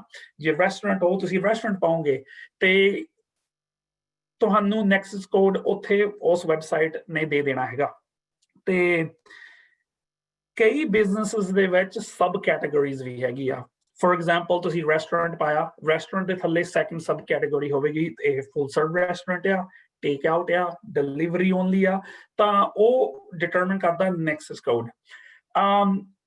I think state ਨੇ already determine ਕੀਤਾ ਵੀ ਕਿਹੜੇ businesses were heavily affected ਤੇ nexus code kind of drives that. So ਇਸ ਕਰਕੇ nexus code required field ਆ, ਤੁਹਾਨੂੰ ਪਾਉਣਾ ਹੀ ਪੈਣਾ ਆ ਤੇ ਸੋ ਮੇਕ ਸ਼ੋਰ ਕਰਿਓ ਵੀ ਤੁਸੀਂ ਇੱਥੇ ਸਰਚ ਕਰ ਸਕਦੇ ਹੋ। ਜੇ ਤੁਹਾਨੂੰ ਐਕਚੁਅਲੀ ਕਾਫੀ ਈਜ਼ੀ ਹੈ ਇਹ ਸਰਚ ਟੂਲ ਯੂਜ਼ ਕਰਨਾ। ਜੇ ਤੁਹਾਨੂੰ ਲੱਗਦਾ ਵੀ ਤੁਸੀਂ ਨਹੀਂ ਯੂਜ਼ ਕਰ ਸਕਦੇ ਤੁਸੀਂ ਗੂਗਲ ਦੇ ਵਿੱਚ ਵੀ ਸਰਚ ਕਰ ਸਕਦੇ ਹੋ ਬਈ what is ਜਿੱਦਾਂ ਬਈ nexus code for whatever your business is. Did that answer the question? Sonia ji did let us know if that answered your question. ਲੇਕਿਨ ਇੱਕ ਹੋਰ ਸਵਾਲ ਆਇਆ ਸੀਗਾ ਕਿ ਜੇ ਆਪਾਂ ਜਿਹੜੇ ਵੀ ਗ੍ਰਾਂਟਸ ਦੇ ਅਮਾਉਂਟਸ ਆ ਉਹ ਇੱਕ ਵਾਰੀ ਫੇਰ ਰਿਪੀਟ ਕਰ ਸਕੀਏ। ਹਾਂਜੀ, ਥੈਂਕ ਯੂ। ਦੈਟ ਐਕਚੁਅਲੀ ਤੁਸੀਂ ਜਿਹਨੇ ਵੀ ਇਹ ਕੁਐਸਚਨ ਪੁੱਛਿਆ ਇੰਪੋਰਟੈਂਟ ਕੁਐਸਚਨ ਹੈ ਤੇ ਮੈਂ ਤਾਂ ਸਮਝਦਾ ਇਹ ਕੁਐਸਚਨ ਇੰਨਾ ਇੰਪੋਰਟੈਂਟ ਹੈ ਕਿ ਮੈਂ ਤਾਂ ਪ੍ਰੈਜੈਂਟੇਸ਼ਨ ਸਟਾਰਟ ਵੀ ਉਸ ਪੇਜ ਤੋਂ ਕੀਤੀ ਹੈ। ਸੋ ਬੇਸਿਕਲੀ $1,000 ਤੋਂ ਲੈ ਕੇ 2.5 ਮਿਲੀਅਨ ਤੱਕ ਜੇ ਤੁਹਾਡੀ revenue है, थोड़ी sales है, not profit, just top of the line number, gross sales या revenue, ਤਾਂ ਤੁਸੀਂ eligible ਹੋ 1,000 ਤੋਂ ਲੈ ਕੇ 2.5 ਮਿਲੀਅਨ ਦੇ ਵਿੱਚ। ਹੁਣ ਉਹਦੇ ਵਿੱਚ ਟੀਅਰਸ ਨੇ। ਜੇ ਤੁਹਾਡੀ ਸੇਲਸ 1,000 ਤੋਂ ਲੈ ਕੇ $1 ਲੱਖ ਤੱਕ ਹੈ 1,000 ਤੋਂ 100,000 ਤਾਂ ਤੁਸੀਂ $5,000 ਗ੍ਰਾਂਟ ਲਈ eligible ਹੋ। ਜੇ ਤੁਹਾਡੇ ਬਿਜ਼ਨਸ ਦੀ ਸੇਲ 1 ਲੱਖ ਤੋਂ ਲੈ ਕੇ 1 ਮਿਲੀਅਨ ਜਾਂ 1 ਲੱਖ ਤੋਂ ਲੈ ਕੇ $10 ਲੱਖ ਤੱਕ ਹੈ ਤਾਂ ਤੁਸੀਂ $15,000 ਦੀ ਗ੍ਰਾਂਟ ਲਈ ਐਲੀਜੀਬਲ ਹੋ। ਤੇ ਜੇ ਤੁਹਾਡੇ ਬਿਜ਼ਨਸ ਦੀ ਸੇਲ 10 ਲੱਖ ਤੋਂ ਲੈ ਕੇ 25 ਲੱਖ ਤੱਕ ਹੈ ਤਾਂ ਫਿਰ ਤੁਸੀਂ $25,000 ਦੇ ਲਈ ਐਲੀਜੀਬਲ ਹੋ। Thank you. Sonia ji responded back. ਉਹਨਾਂ ਨੇ ਪੁੱਛਿਆ ਕਿ ਉਹਨਾਂ ਨੇ ਲਿੰਕ ਯੂਜ਼ ਕੀਤੀ ਸੀ, ਬਿਜ਼ਨਸ ਦਾ ਨਾਮ ਵੀ ਲਿਖਿਆ ਸੀ ਲੇਕਿਨ ਉਹਨਾਂ ਨੇ ਕੋਡ ਨਹੀਂ ਦਿੱਤਾ ਉਹਨਾਂ ਨੂੰ। ਸੋਨੀਆ ਜੀ ਬਿਜ਼ਨਸ ਦਾ ਨਾਂ ਨਹੀਂ, ਤੁਹਾਡੀ ਇੰਡਸਟਰੀ ਜਿਹਦੇ ਵਿੱਚ ਤੁਸੀਂ ਸਰਚ ਕਰ ਰਹੇ ਹੋ। ਤਾਂ ਮੈਂ ਇੱਕ ਮਿੰਟ ਲੈਟ ਮੀ ਸੀ ਜੇ ਮੈਂ ਪੁੱਲ ਅਪ ਵੀ ਕਰ ਸਕਾਂ।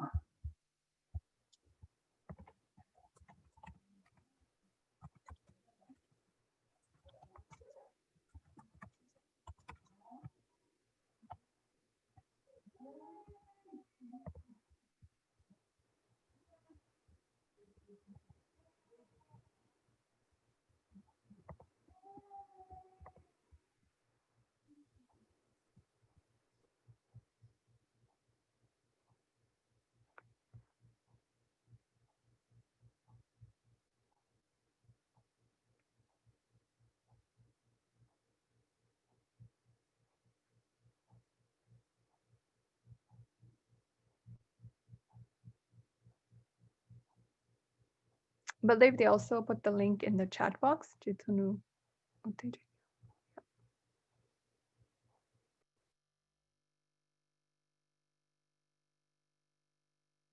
ਤੇ ਲਿੰਕ ਚੈਟ ਬਾਕਸ ਦੇ ਵਿੱਚ ਵੀ ਹੈਗਾ, ਤੁਸੀਂ ਉੱਥੇ ਚੈੱਕ ਕਰ ਸਕਦੇ ਹੋ। ਫੋਰ ਐਗਜ਼ਾਮਪਲ ਮੈਂ ਨਾ ਗੂਗਲ ਦੇ ਵਿੱਚ ਜਾ ਕੇ ਸਰਚ ਮਾਰਿਆ ਸੀਗਾ Nexus code for food truck, ਤੇ ਆਹ ਦੇਖੋ ਇਹਦੇ ਵਿੱਚ ਸ਼ੋ ਹੋ ਗਿਆ ਆ। ਤੇ ਤੁਸੀਂ ਇਸ ਤਰ੍ਹਾਂ ਕਿਸੇ ਵੀ ਇੰਡਸਟਰੀ ਦੇ ਲਈ ਸਰਚ ਕਰ ਸਕਦੇ ਆ, ਜਿੱਦਾਂ ਵੀ ਕਲੋਥਿੰਗ ਸਟੋਰ, ਤਾਂ ਤੁਹਾਨੂੰ ਕਾਫੀ ਈਜ਼ੀਲੀ ਇਹ ਇਨਫੋਰਮੇਸ਼ਨ ਮਿਲ ਸਕਦੀ ਹੈ। ਤੇ ਤੁਸੀਂ ਜੇ ਉਸ ਸੋ ਬੇਸਿਕਲੀ ਬਿਜ਼ਨਸ ਦਾ ਨਾਮ ਨਾ ਪਾਇਓ ਸਰਚ ਦੇ ਵਿੱਚ, ਹਾਲਾਂਕਿ ਇੰਡਸਟਰੀ ਦਾ ਨਾਮ ਜਿਹਦੇ ਵਿੱਚ ਤੁਸੀਂ ਆਪਰੇਟ ਕਰਦੇ ਹੋ। I hope that answered the question, Kamal. ਤੁਸੀਂ ਟ੍ਰਾਂਸਪੋਰਟੇਸ਼ਨ ਦਾ ਕੋਡ ਲੱਭ ਕੇ ਦਿਖਾ ਸਕਦੇ ਹੋ? ਹਾਂਜੀ, so like a long haul transportation, yep.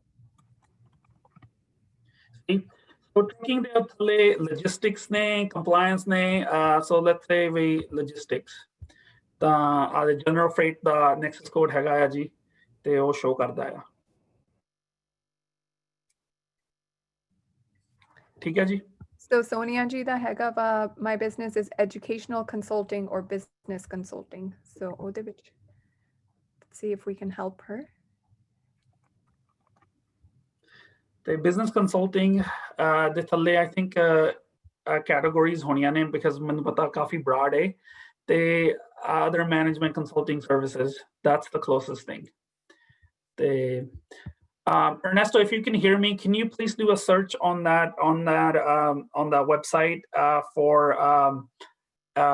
business consulting or business education, if you can come up with the nexus code. So see if we can help Sonia here. ठीक है जी? Perfect, thank you. Okay.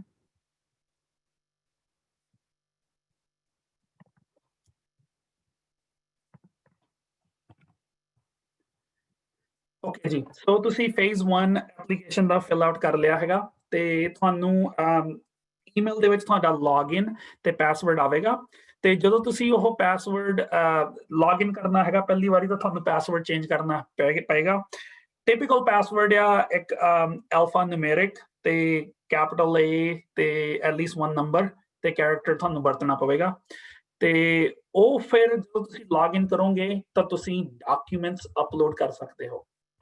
ਤੇ ਇੱਥੇ ਤੁਹਾਨੂੰ ਦਿਖਾਇਆ ਵੀ ਹੈਗਾ ਆ ਵੀ ਇਸ ਤਰ੍ਹਾਂ ਤੁਸੀਂ ਲੌਗਇਨ ਕਰਨਾ ਹੈਗਾ, ਤੇ ਜਦੋਂ ਤੁਸੀਂ ਲੌਗਇਨ ਕੀਤਾ ਤਾਂ ਤੁਹਾਨੂੰ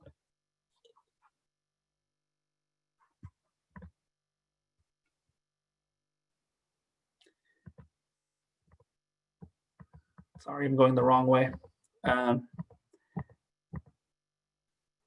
Here we go. ਤੇ ਤੁਹਾਨੂੰ ਮੈਨੂੰ ਪਤਾ ਸਕਰੀਨ ਥੋੜੀ ਛੋਟੀ ਹੈ, ਤੇ see if we can help with that. ਆ ਤੁਹਾਡੀ ਵਿੰਡੋ ਸ਼ੋ ਹੋਵੇਗੀ, ਤੇ ਤੁਸੀਂ ਇੱਥੇ ਸਿਲੈਕਟ ਕਰਨਾ ਵੀ ਤੁਸੀਂ ਅਪਲੋਡ ਕਰ ਰਹੇ ਹੋ। For example application certification, that's the 5 page ਜਿਹੜਾ ਮੈਂ ਤੁਹਾਨੂੰ ਪਹਿਲਾਂ ਦਿਖਾਇਆ ਸੀਗਾ, ਤੁਹਾਨੂੰ ਇਨੀਸ਼ੀਅਲ ਕਰਨਾ ਪਏਗਾ। ਸੋ ਤੁਸੀਂ ਉੱਤੇ ਕਲਿੱਕ ਕਰੋਗੇ ਤੇ ਇੱਥੇ ਡ੍ਰੌਪ ਕਰ ਦੋਗੇ, ਤੇ ਜਦੋਂ ਤੁਸੀਂ ਕਰੋਗੇ ਤਾਂ ਉਹ ਤੁਹਾਡੀ ਫਾਈਲ ਸੇਵ ਹੋਈ ਜਾਵੇਗੀ। ਤੇ ਵੈਰੀ ਇੰਪੋਰਟੈਂਟ ਹੈਗੇ ਆਹ 3 ਪੀਸਸ ਡਾਕੂਮੈਂਟਸ। ਇੱਕ ਤਾਂ ਤੁਹਾਡੀ ਐਪਲੀਕੇਸ਼ਨ ਸਰਟੀਫਿਕੇਸ਼ਨ ਜੋ ਮੈਂ ਸਭ ਤੋਂ ਪਹਿਲਾਂ ਦਿਖਾਈ ਸੀ, ਤੇ ਉਹ ਇੰਨੀ ਇੰਪੋਰਟੈਂਟ ਹੈ ਕਿ ਮੈਂ ਇੱਕ ਵਾਰੀ ਫੇਰ ਦਿਖਾ ਦੇਵਾਂਗਾ। ਤੇ government issued ID, so state of California the ID, ਜਾਂ ਫਿਰ ਜੇ ਤੁਹਾਡੇ ਕੋਲ US ਪਾਸਪੋਰਟ ਹੈਗਾ ਉਹ ਵੀ ਤੁਸੀਂ ਕਰ ਸਕਦੇ ਹੋ। ਤੇ 2018 ਜਾਂ 2019 ਜਿਹੜਾ ਵੀ ਤੁਹਾਡਾ ਮੋਸਟ ਰੀਸੈਂਟ ਟੈਕਸ ਰਿਟਰਨ ਆ। ਤੇ ਇੱਕ ਗੱਲ ਮੈਂ ਦੁਬਾਰਾ ਫਿਰ ਐਮਫਸਾਈਜ਼ ਕਰਨਾ ਚਾਹੁੰਦਾ ਆ ਕਿ ਜਿਹੜਾ ਤੁਹਾਡਾ ਟੈਕਸ ਰਿਟਰਨ ਆ, ਸਾਰੇ ਪੇਜਸ ਤੁਹਾਨੂੰ ਅਪਲੋਡ ਕਰਨੇ ਪੈਣਗੇ।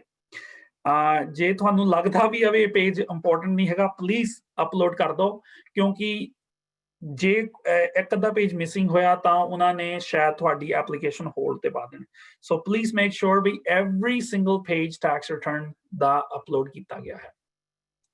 ਤੇ ਉਸ ਤੋਂ ਬਾਅਦ ਜਦੋਂ ਇਹ ਡਾਕੂਮੈਂਟਸ ਅਪਲੋਡ ਹੋ ਗਿਆ ਤਾਂ ਤੁਹਾਨੂੰ ਬੈਂਕ ਇਨਫੋਰਮੇਸ਼ਨ ਵੀ ਅਪਲੋਡ ਕਰਨੀ ਪਏਗੀ, ਬਿਕਾਜ਼ ਇਹ ਜਿਹੜੀ ਪੇਮੈਂਟ ਆ ਤੁਹਾਨੂੰ ਇਲੈਕਟ੍ਰੋਨਿਕਲੀ ਆਵੇਗੀ ਪਰ ਉਹ ਇਨਫੋਰਮੇਸ਼ਨ ਤੁਹਾਨੂੰ ਉਦੋਂ ਕਰਨੀ ਪਏਗੀ ਜਦੋਂ ਤੁਹਾਨੂੰ ਪਤਾ ਲੱਗ ਗਿਆ ਵੀ ਤੁਸੀਂ ਰੈਸਿਪੀਐਂਟ ਹੋ ਗ੍ਰਾਂਟ ਦੇ। ਤੇ ਜਦੋਂ ਤੁਸੀਂ ਆਪਣੇ ਡਾਕੂਮੈਂਟਸ ਲੋਡ ਕਰ ਦਿੱਤੇ ਆ ਤਾਂ ਉਹ ਇਸ ਤਰ੍ਹਾਂ ਸ਼ੋ ਹੋਣਗੇ। ਸੋ ਤੁਹਾਨੂੰ ਪਤਾ ਹੈ ਵੀ ਉਹ ਅਪਲੋਡ ਹੋ ਗਏ ਨੇ।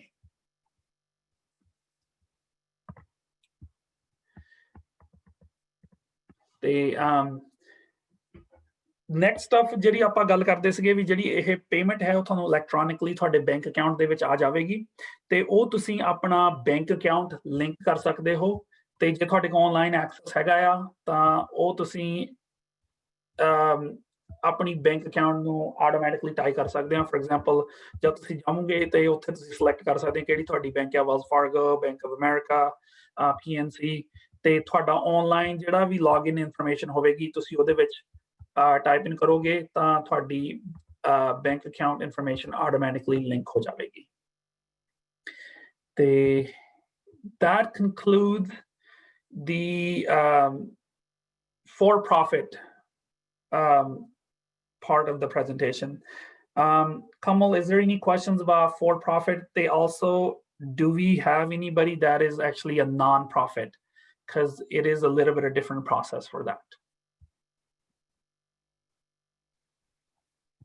No questions as of right now. ਲੇਕਿਨ ਆਪਣੇ ਇੱਥੇ ਜਿਹੜੇ ਵੀ ਨਾਲ ਜੁੜੇ ਆ ਤੁਹਾਡੀ ਕੋਈ ਬਿਜ਼ਨਸ ਹੈਗੀ ਆ ਜਿਹੜੀ ਨਾਨ ਪ੍ਰੋਫਿਟ ਆ ਜਾਂ ਤੁਸੀਂ ਗੁਰਦੁਆਰੇ ਵੱਲੋਂ ਐਂਡ ਤੁਸੀਂ ਸਕੂਲ ਲਈ ਅਪਲਾਈ ਕਰ ਸਕਦੇ ਹੋ, ਉਹਦੇ ਲਈ ਕੋਈ ਸਵਾਲ ਹੈਗਾ? I have a question. You had mentioned for the gurdwaras, like they're not eligible, right? Unless they have a ਉਹਨਾਂ ਦੇ like ਵਿੱਚ already ਹੈਗਾ like tutoring session ਜਾਂ ਕੁਛ ਏਦਾਂ ਦਾ business. So ਇਹਦਾ ਕਹਿਣ ਦਾ ਮਤਲਬ ਹੈ ਕਿ normally most ਗੁਰਦੁਆਰੇ ਤੋਂ ਸਰਵਿਸ ਫ੍ਰੀ ਹੁੰਦੀ ਆ, right? So ਇਹਦੇ ਲਈ ਉਹਨਾਂ ਨੂੰ revenue ਚਾਹੀਦਾ ਆ like ਜਾਂ ਡੋਨੇਸ਼ਨਾਂ revenue count ਹੁੰਦੀਆਂ ਉਸ ਸੈਕਸ਼ਨ ਲਈ? ਓਕੇ ਭਾਜੀ, ਮੈਂ ਪੂਰੀ ਕੋਸ਼ਿਸ਼ ਕਰਾਂਗਾ ਤੁਹਾਡਾ ਆਨਸਰ ਕਰਨ ਲਈ ਕੁਐਸਚਨ ਤੇ ਕਈ ਵਾਰੀ ਹੈ ਨਾ ਇਹ ਕੁਐਸਚਨ ਥੋੜੇ ਜਿਹਾ ਜ਼ਿਆਦਾ ਕੰਪਲਿਕੇਟਡ ਹੋ ਜਾਂਦੇ ਆ। Janae, are you on? Janae Conley, are you on the webinar?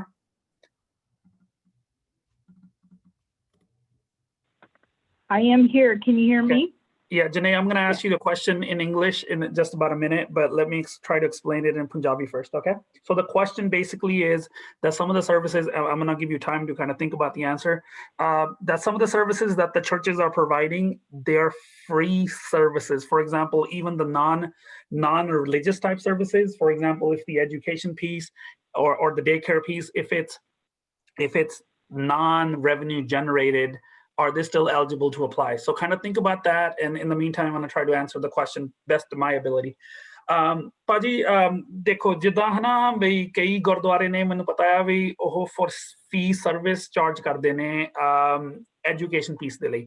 ਜਿਵੇਂ ਕਿ ਜੇ ਤੁਸੀਂ ਨਿਆਣਿਆਂ ਨੂੰ ਪੰਜਾਬੀ ਸਿਖਾਉਣਾ ਚਾਹੁੰਦੇ ਹੋ ਤਾਂ ਕੋਈ ਫੀਸ ਹੁੰਦੀ ਆ ਤੇ ਕੋਵਿਡ ਕਰਕੇ ਹੁਣ ਉਹ ਬੰਦ ਆ ਇਸ ਵੇਲੇ ਕਿਉਂਕਿ ਤੁਸੀਂ ਨਿਆਣਿਆਂ ਨੂੰ ਇਕੱਠੇ ਨਹੀਂ ਕਰ ਸਕਦੇ ਪੜ੍ਹਾਉਣ ਲਈ।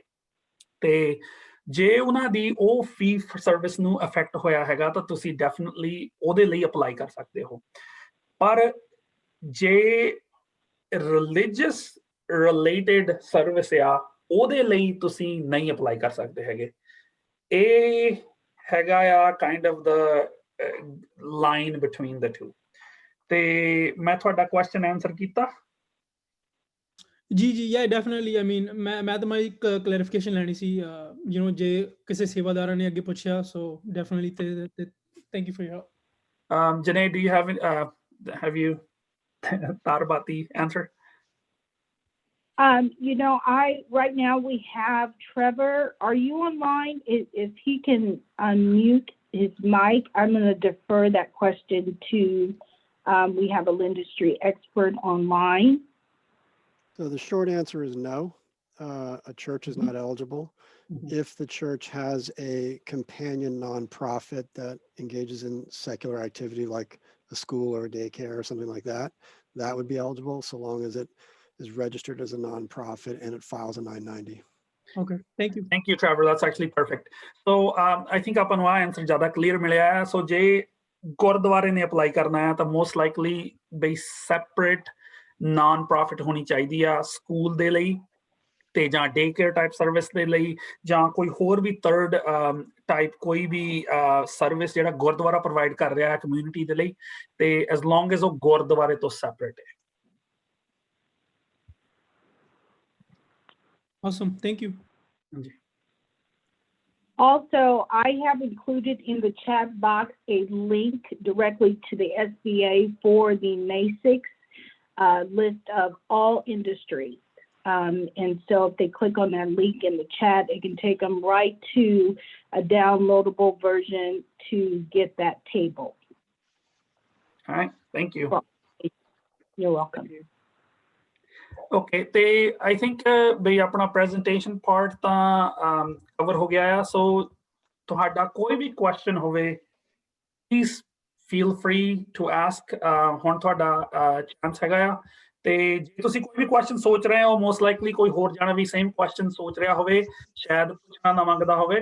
So ਇਸ ਕਰਕੇ ਅਸੀਂ ਪੂਰੀ ਕੋਸ਼ਿਸ਼ ਕਰਾਂਗੇ ਵੀ ਅਸੀਂ ਤੁਹਾਡਾ question ਆਨਸਰ ਕਰ ਸਕੀਏ। ਮੇਨ ਮਕਸਦ ਸਾਡਾ ਇਹ ਆ ਵੀ ਜੇ ਤੁਸੀਂ ਐਲੀਜੀਬਲ ਬਿਜ਼ਨਸ ਹੋ ਪਲੀਜ਼ ਇਸ ਗ੍ਰਾਂਟ ਦੇ ਲਈ ਅਪਲਾਈ ਕਰੋ। ਇਹ ਲੋਨ ਨਹੀਂ ਹੈਗਾ ਸੋ ਮਨੀ ਤੁਹਾਨੂੰ ਇੱਕ ਵਾਰੀ ਮਿਲ ਜਾਏਗੀ ਯੂਜ਼ ਕਰਨ ਦੇ ਲਈ ਤੇ ਰੀਅਲੀ ਬਹੁਤ ਸਾਰੇ ਸਮਾਲ ਬਿਜ਼ਨੈਸਸ ਅਫੈਕਟ ਹੋਏ ਨੇ ਈਦਰ ਕੋਵਿਡ ਕਰਕੇ ਜਾਂ ਫਿਰ state mandated stay at home orders ਕਰਕੇ ਤੇ ਸੋ ਅਸੀਂ ਸਾਡੀ ਪੂਰੀ ਕੋਸ਼ਿਸ਼ ਹੈ ਕਿ ਵੀ ਉਹ ਬਿਜ਼ਨੈਸਸ ਇਸ ਗ੍ਰਾਂਟ ਦੇ ਲਈ ਅਪਲਾਈ ਕਰਨ ਤਾਂ ਕਿ ਉਹ ਕੰਟੀਨਿਊਲੀ ਚੱਲੀ ਜਾਣ।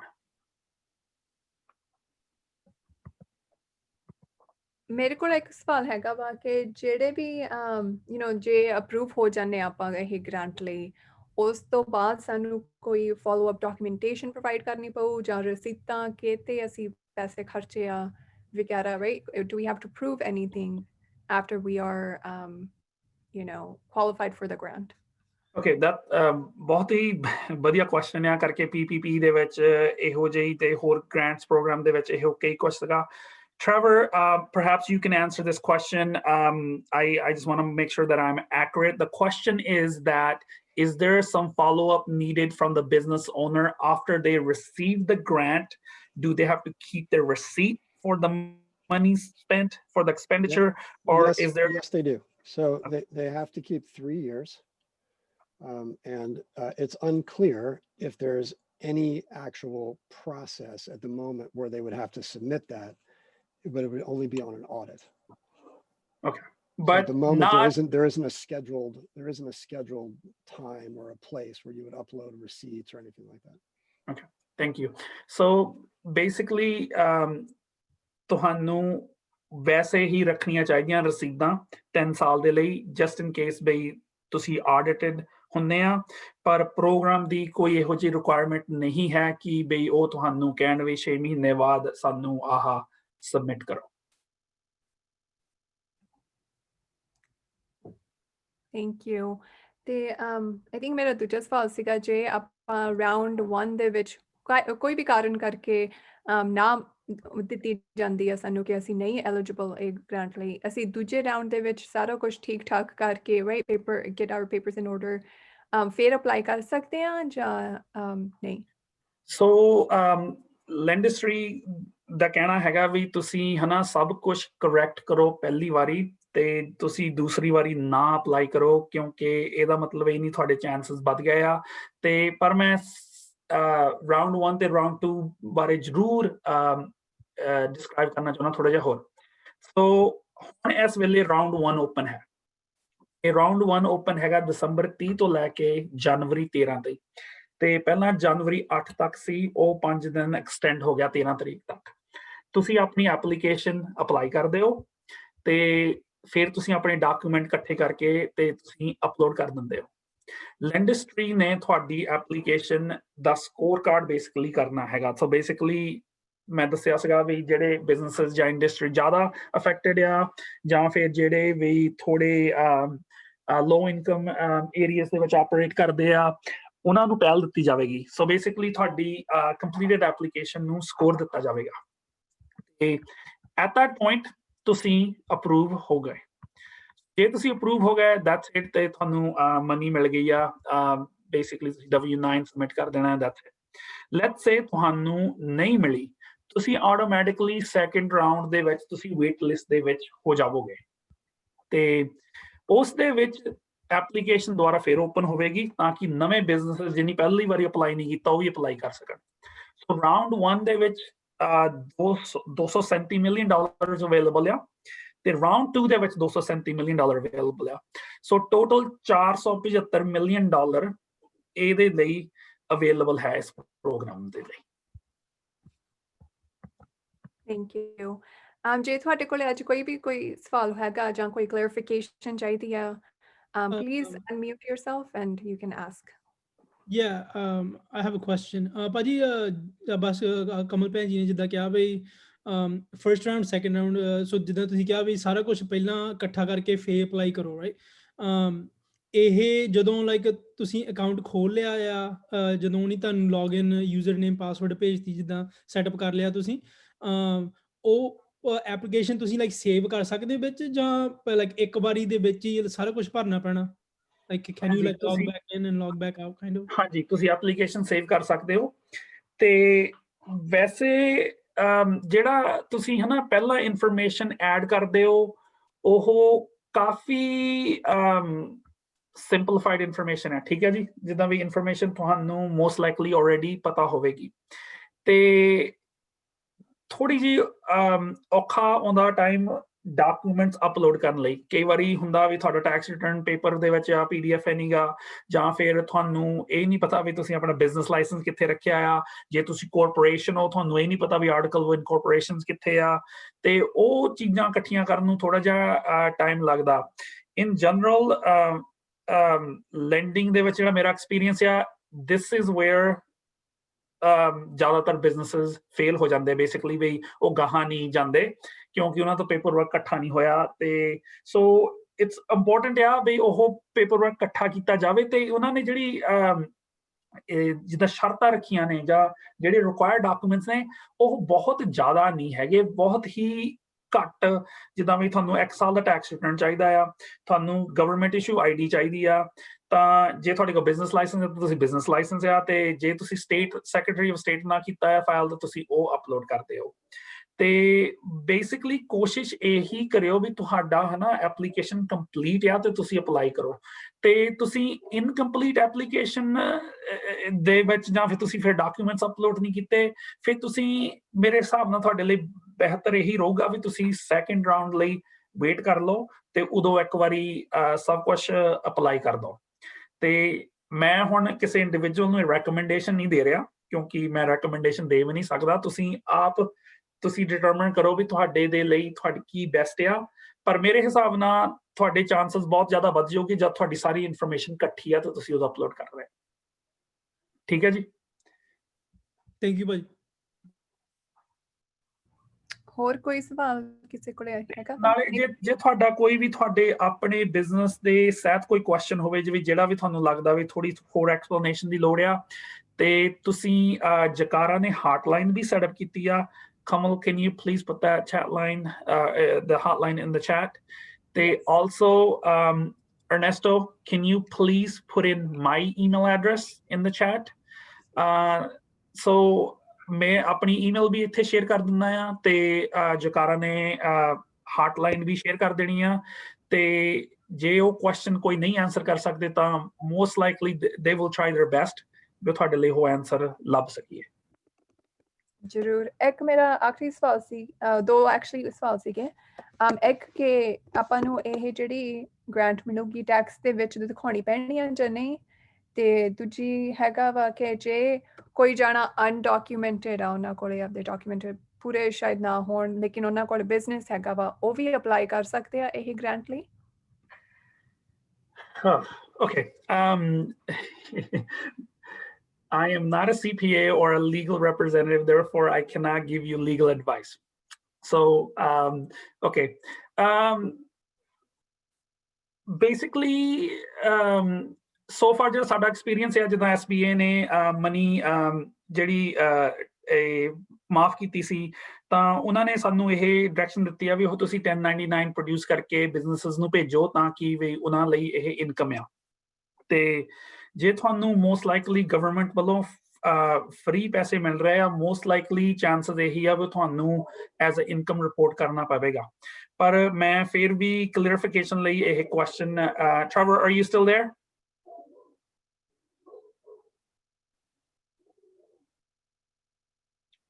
Anybody from the industry Yeah, still on? I'm here. Sorry, I couldn't get my mute off. Yeah. So a question that has two parts. Okay. One is if you're, I know permanent residents are they can qualify. They can apply for this program. What if your legal status is either you have a work permit? Can you apply for this program?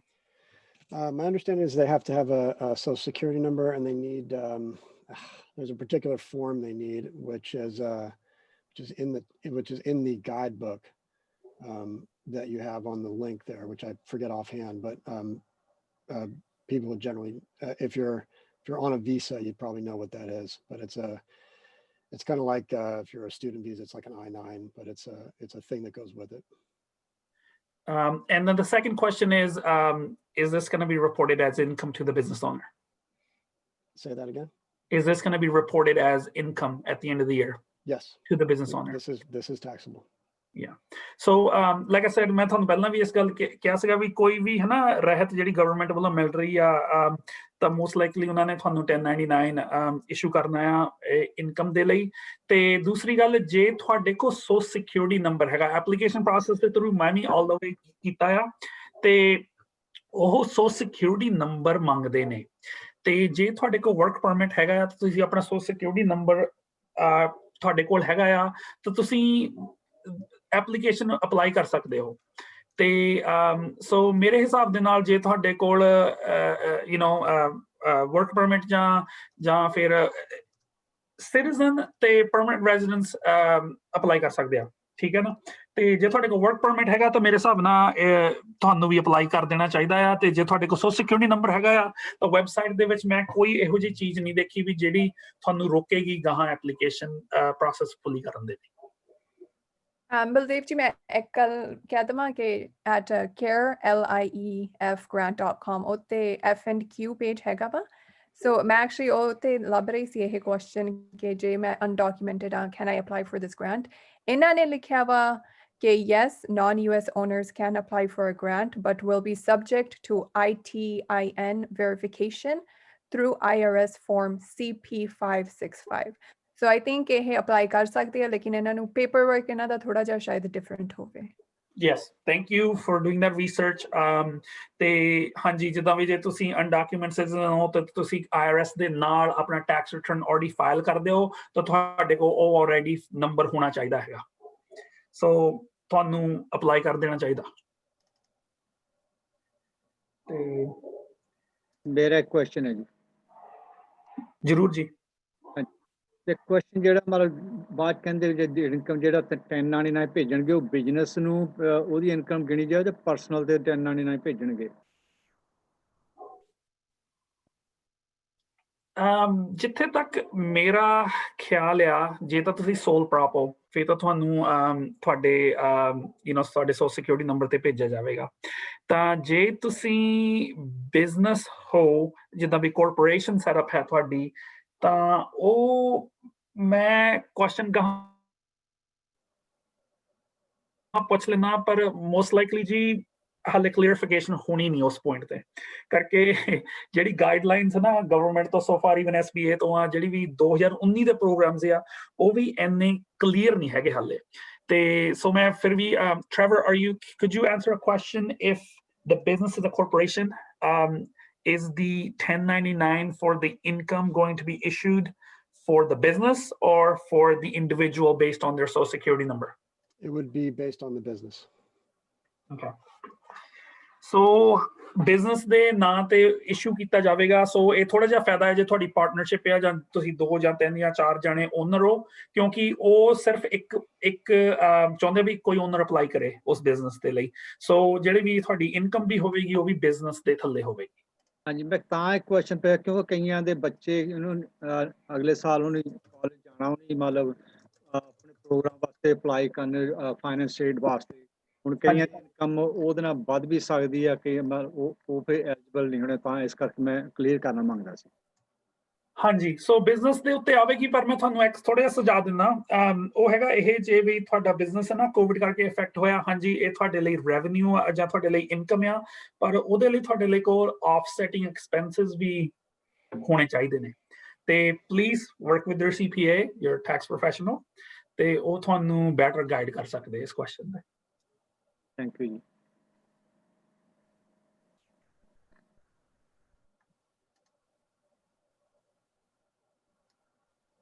We have a question in the chat box. Please clarify rental property owners are not eligible to apply.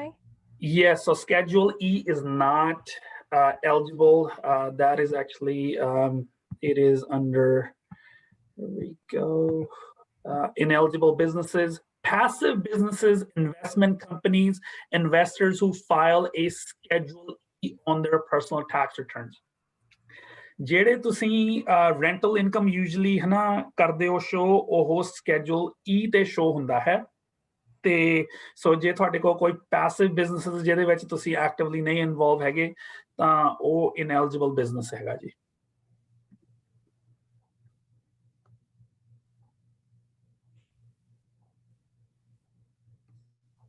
Thank you.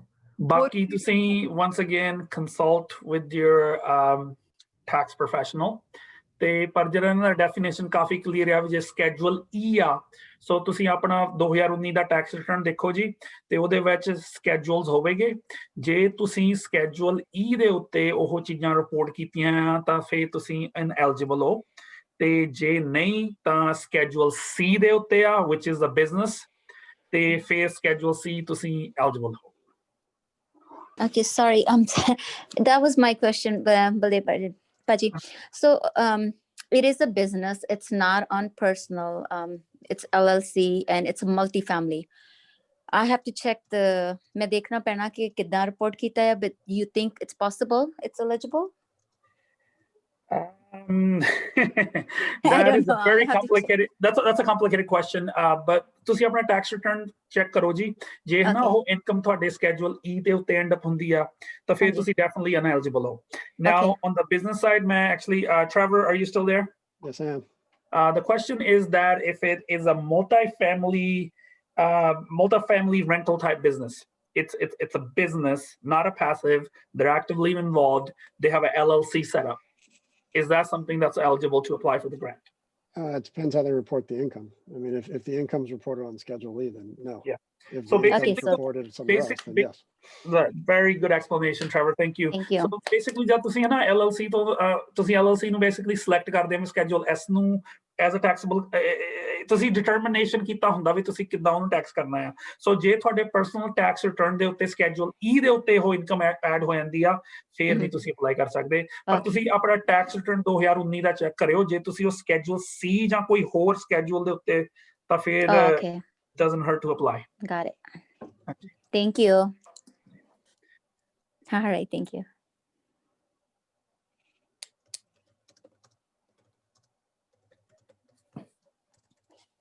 ਸੋ ਮੇਰਾ general ਸਾਰਿਆਂ ਨੂੰ ਇਹੀ ਸਲਾਹ ਹੈਗੀ ਆ ਜੇ ਤੁਹਾਨੂੰ ਲੱਗਦਾ ਵੀ ਤੁਸੀਂ ਐਲੀਜੀਬਲ ਹੋਵੋਗੇ ਜਾਂ ਨਹੀਂ ਹੋਵੋਗੇ ਤਾਂ ਪਲੀਜ਼ ਅਪਲਾਈ ਜ਼ਰੂਰ ਕਰ ਲਓ ਤੇ ਜੇ ਤੁਸੀਂ ਨਾ ਹੀ ਤੁਹਾਨੂੰ ਨਹੀਂ ਮਿਲੀ ਤਾਂ ਠੀਕ ਹੈ ਨਾ ਪਰ ਜੇ ਤੁਸੀਂ ਅਪਲਾਈ ਨਹੀਂ ਕਰੋਗੇ ਫਿਰ ਤਾਂ 100% ਚਾਂਸ ਹੈ ਤੁਹਾਨੂੰ ਨਹੀਂ ਮਿਲਣੀ ਹੈਗੀ ਸੋ ਜੇ ਕੁਐਸਚਨੇਬਲ ਹੈਗਾ ਆ ਥੋੜਾ ਜਿਹਾ ਤਾਂ ਮੈਂ ਤਾਂ ਇਹੀ ਤੁਹਾਨੂੰ ਕਹਾਂਗਾ ਪਰ once again ਜਕਾਰਾ ਦੀ ਹੌਟਲਾਈਨ ਤੇ ਤੁਸੀਂ ਫੋਨ ਕਰ ਸਕਦੇ ਹੋ ਇਹ ਟਾਈਪ ਕੁਐਸਚਨਸ ਤੇ ਅਸੀਂ ਕੋਸ਼ਿਸ਼ ਕਰਾਂਗੇ ਵੀ ਅਸੀਂ ਉਹ ਆਨਸਰ ਕੁਐਸਚਨ ਦਾ ਆਨਸਰ ਲੱਭ ਸਕੀਏ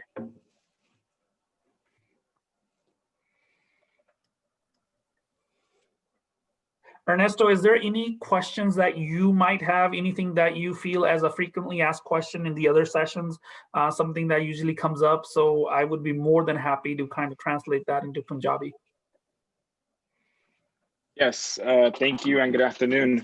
So one of the things that we've been emphasizing is that on the requirement list, there's a application that you have to download, initial, and then upload on again.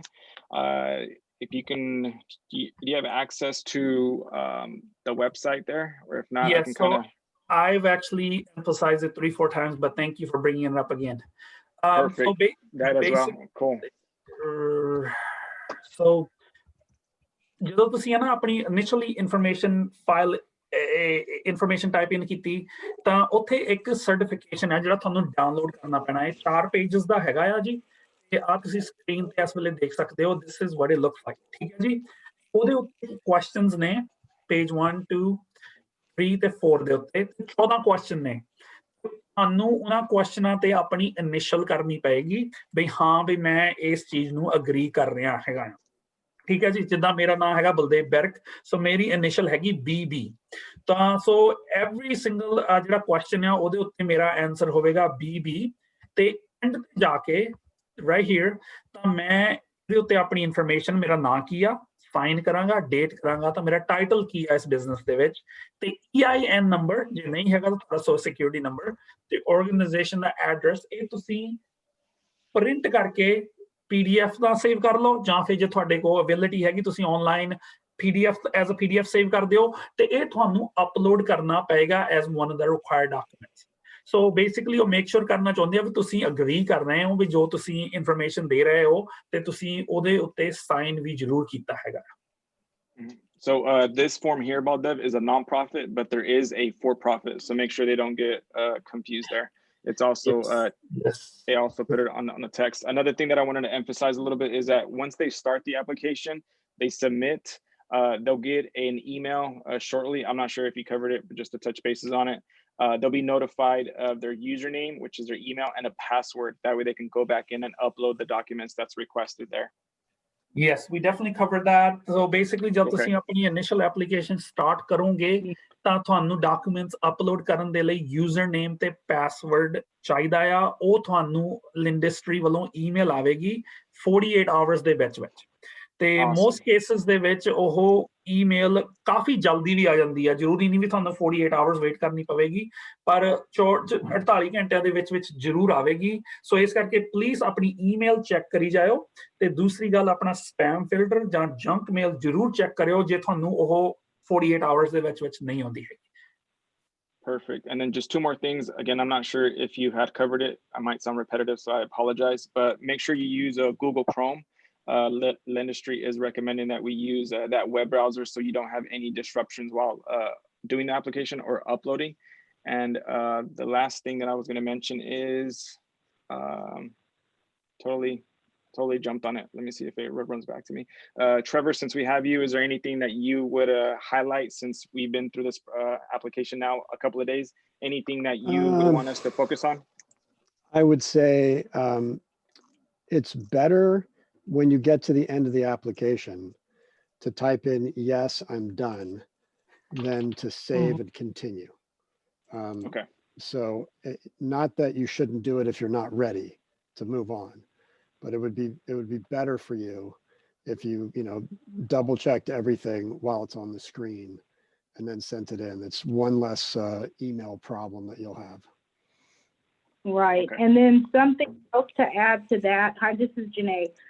Just something else to add to that is once you get or receive your email with your new password and login information, it is critical to always return back to that email to access.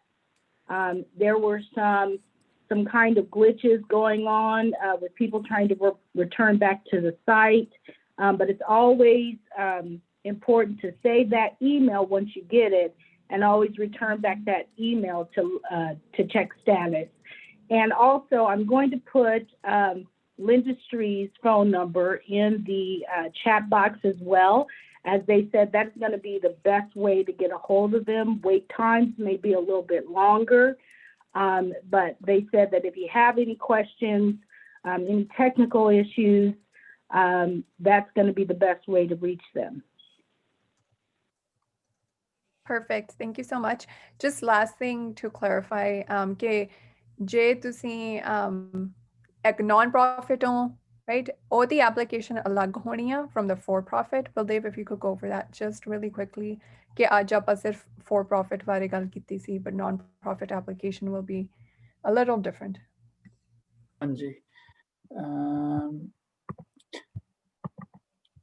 So make sure ਕਰਿਓ ਜਦੋਂ ਤੁਸੀਂ ਹਨਾ ਆਪਣਾ ਆਹ certification page upload ਕਰੋਗੇ for profit ਵਾਲਾ ਕਰਿਓ ਕਰਕੇ ਨਾਨ ਪ੍ਰੋਫਿਟ ਵਾਲਾ ਥੋੜਾ ਜਿਹਾ ਡਿਫਰੈਂਟ ਹੈ ਕਰਕੇ ਜਿਹੜੀ ਮੈਂ ਪਹਿਲਾਂ ਤੁਹਾਨੂੰ ਦਿਖਾਈ ਸੀ ਮੈਂ ਨਾਨ ਪ੍ਰੋਫਿਟ ਵਾਲਾ ਦਿਖਾਇਆ ਸੀਗਾ so just want to make sure ਵੀ ਤੁਸੀਂ ਫॉर ਪ੍ਰੋਫਿਟ ਵਾਲਾ ਪੇਜ ਜਿਹੜਾ ਵੀ ਆਲਸੋ 4 ਪੇजेस ਲੌਂਗ ਹੈ ਤੇ ਉਹ ਪ੍ਰਿੰਟ ਕਰਿਓ ਤੇ ਉਹ ਅਪਲੋਡ ਕਰਿਓ ਠੀਕ ਹੈ ਜੀ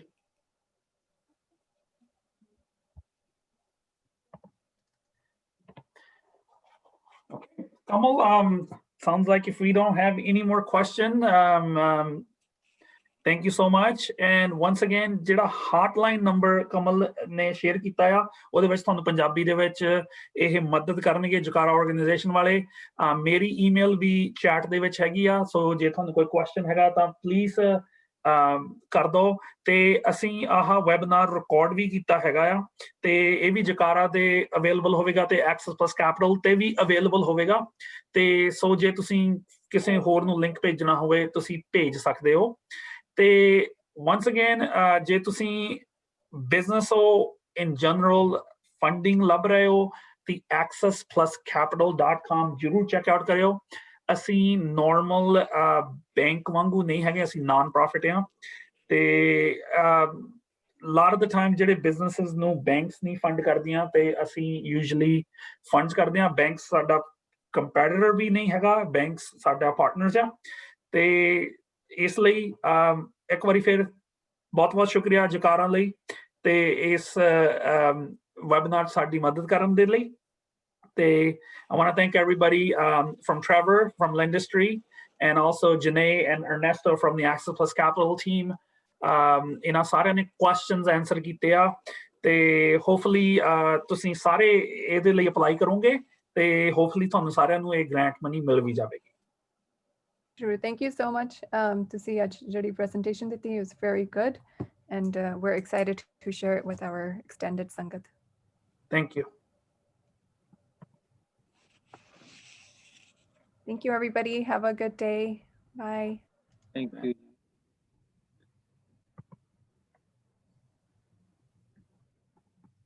Thank you. Are you guys gonna stop?